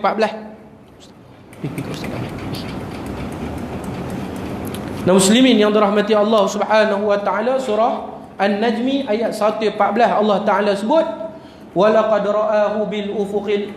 Sesungguhnya ketika Nabi sampai di satu tempat, tuan-tuan, malaikat Jibril. Satu lagi cerita yang sangat dahsyat, bila Allah cipta malaikat Jibril, Jibril tengok diri dia. Apa kata malaikat Jibril kepada Allah? Ada lagi ke makhluk yang lagi cantik daripada aku? Tu dia tuan. Bila Allah cipta malaikat Jibril, sempurna cipta malaikat Jibril, Jibril tengok diri dia, dia kata ke Allah Ta'ala, ada lagi ke orang makhluk lain yang lagi hebat daripada aku? Jawapan dia banyak. Tapi Jibril ni bila Rasulullah tengok, ajib, terkejut Rasulullah. Tengok Jibril dengan besarnya tubuh badan dia, banyaknya bilangan sayap dia, dan cukup unik Allah Ta'ala cipta Jibril ni. Maka Jibril pun kata, ya Rasulullah, iza taqaddamtu taharraktu, aku boleh teman kamu sampai sini. Kemudian kalau aku terus lagi taharraktu, nescaya binasa aku. Tu yang Nabi naik pergi jumpa Allah. Panjang lagi cerita dia. Habis daripada ambil wahyu amanah daripada Allah berupa Al-Quran, turun mai balik ke atas dunia ni, turun balik ke langit yang ketujuh. Bila turun langit yang ketujuh, tuan-tuan, baru jumpa Nabi Ibrahim. Ringkas cerita sikit lagi. Bila jumpa Nabi Ibrahim pun kata kepada Rasulullah, ya Muhammad, aqrib ummataka salam. Wahai Muhammad, sampaikan, aqrib ummataka minni salam. Wahai Muhammad, sampaikan salam aku kepada umatmu. Tuan-tuan tunggu apa lagi? Jawab salam Nabi Ibrahim. Nabi Ibrahim kata, wahai Muhammad, sampaikan salam aku kepada umatmu. Lalu kata Nabi Ibrahim, wahai Muhammad, sesungguhnya aku selalu mendengar tentang kisah umat ini. Ni tuan-tuan yang duduk dalam majlis ilmu ni, aku selalu mendengar kisah umat ini, kelebihan umat ini. Wahai Muhammad, bagi tahu kepada umat kamu, sesungguhnya syurga itu indah. Tanahnya dihiasi dengan za'faran dan tanahnya dihiasi dengan kasturi. Wahai Muhammad, sesungguhnya tanah-tanah di dalam syurga itu subur dan masih lagi belum ditumbuhi dengan apa-apa tumbuhan. Maka untuk menanam tumbuhan-tumbuhan di dalam syurga, perbanyakkanlah ucapan subhanallah, alhamdulillah. Untuk itu beritahu kepada umat kamu, perbanyakkan dua ucapan ini untuk Allah tumbuhkan sebanyak mungkin pohon-pohon di atas tanah-tanah yang subur kepada umatmu, ya Muhammad. Tu dia tuan-tuan. Muslimin yang dirahmati Allah Subhanahu wa taala, tu yang turun pi langit yang ke-6 jumpa Nabi Musa. Nabi Musa tanya, ya Rasulullah, apa yang Allah bagi? Allah bagi 50 sembahyang. Oi, Nabi Musa kata, Muhammad, Bani Israel lagi kuat daripada umat kamu, lagi besar, lagi gagah, lagi cerdik. Macam-macam nikmat mereka dapat daripada Allah. Tu pun mereka tak boleh semayang satu hari 2 waktu. Tiba-tiba umat kamu 50 waktu. Nabi naik turun, Nabi naik turun, Nabi naik turun. Kemudian tuan-tuan sampai 6 kali. Nabi Musa kata lagi banyak. Lalu kata Nabi, istahyaitu min Rabbi, wahai Musa, aku pun tahu malu dengan Tuhan. Habis tuan-tuan. Hak tu yang Allah bagi istimewa umat Nabi Muhammad. Apa dia tuan-tuan? Semayang satu hari 5 waktu, tapi ganjaran pahala dia sama macam 50 waktu. Hak tu saja ke tak? Ada lagi 2 benda lain tuan-tuan. Allah bagi istimewa kepada umat Nabi SAW. Banyak lagi keistimewaan yang Allah bagi kepada umat Nabi SAW. Habis turun mai, besok pagi Nabi duduk dekat-dekat dengan Kaabah. Tiba-tiba Abu Jahal nampak Nabi. Maka dia pun tanya, Muhammad, termenung jauh nampak Muhammad? Termenung jauh? Tahu termenung? Bukan ikan termenung tuan-tuan. Duk angan-angan jauh nampak Muhammad. Ada cerita best ke? Lalu Nabi pun kata, ya ada cerita best. Apa cerita tu? Nabi Muhammad pun cerita. Tuan-tuan, sejarah yang pertama, ingat, sebelum ni kalau Nabi nak bagi syarahan agama macam ni, semua orang lari. Kali pertama di dalam sejarah kota Mekah, Abu Jahal kata, kalau aku kumpul seluruh penduduk Madinah, seluruh penduduk Mekah, aku suruh kamu cerita balik, nak cerita ada Muhammad. Nabi kata tak ada masalah. Itulah kali pertama tuan-tuan Nabi cerita, semua orang dengar. Tapi yang ajaib, masa Nabi tengah cerita tentang Isra' Mi'raj, ada orang gelak sampai jatuh, ada orang berguling-guling, ada orang pukul-pukul kepala. Kita baca dalam sirah. Cuba tuan-tuan, saya yang nak bercakap malam ni, syukur alhamdulillah ayah-ayah ibu-ibu duduk sejam setengah lebih dah ni, duduk dengar. Kalau ada orang duk buat pukul-pukul kepala, angkat tangan, bila nak berhenti agak-agak jadi apa tuan-tuan malam ni? Nabi SAW bercakap kali pertama, ada orang pukul kepala sampai rasa macam nak gila. Lama ni duk dengar cerita Muhammad gila, rupa-rupanya betul-betul Muhammad ni gila. Ada orang sampai berguling-guling jatuh. Pasal apa tuan-tuan? Terlampau seronok kata Nabi memang gila tuan-tuan. Habis tuan-tuan. Dan muslimin, ayah-ayah, ibu-ibu yang dirahmati Allah, hakikat dia tuan-tuan, nak dapat amanah semayang bukan senang, bukan senang. Kita dengar panjang lebar, tuan-tuan yang duduk pun sampai ke matu jubuk-jubuk habis. Tuan-tuan, hari ni lebih daripada 70% rakyat Malaysia meninggalkan semayang tuan-tuan.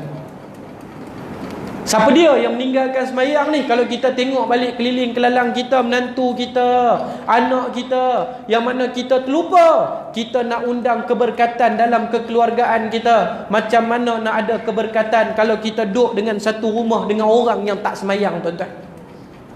Macam mana nak ada keberkatan kita duduk dalam satu pejabat dengan orang yang tak semayang?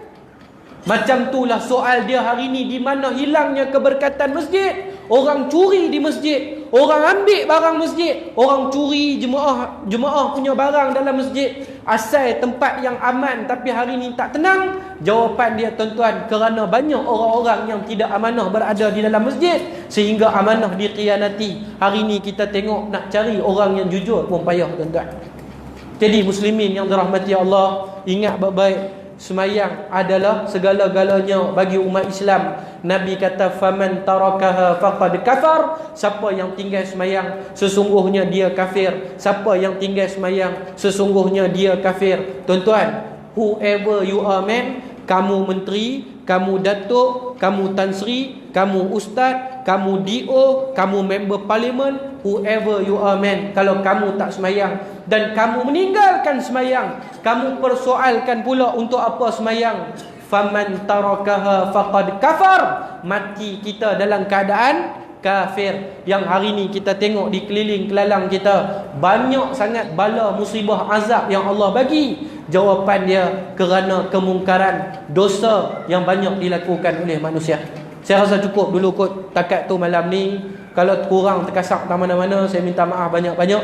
Apa yang baik itu daripada Allah, yang lemah, yang silap, yang salah dari kesilapan dan kelalaian diri saya sendiri. Sekali lagi jutaan terima kasih banyak-banyak ustaz, tuan pengurusi, datuk kita, ayah-ayah, ibu-ibu yang sudi duduk dengar. Sekali lagi maafkan saya tuan-tuan kalau ada perkataan terkasar bahasa yang menyinggung hati ayah-ayah, ibu-ibu. Kita tutup majlis dengan tasbih kafarah dan suratul asr. Subhanakallahumma wa bihamdika asyhadu an la ilaha illa anta astaghfiruka wa atubu ilaik. Wal asr innal insana lafi khusr illa alladhina amanu wa amilus salihat wa tawasaw bil haqq wa tawasaw bis sabr. A'udzu billahi samil alim minasy syaithanir rajim. Ya Allah, ya Tuhan kami, segala puji-pujian yang tertinggi hanya layak bagimu ya Allah. Selawat dan salam ke atas junjungan besar Nabi Muhammad sallallahu alaihi wasallam.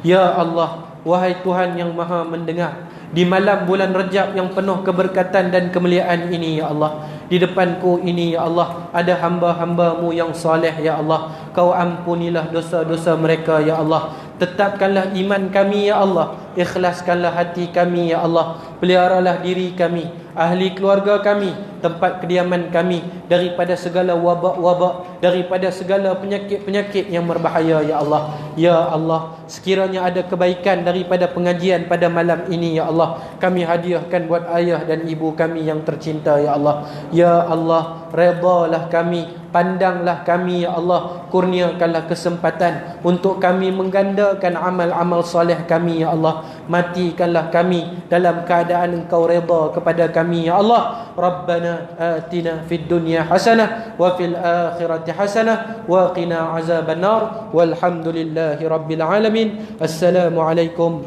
warahmatullahi wabarakatuh.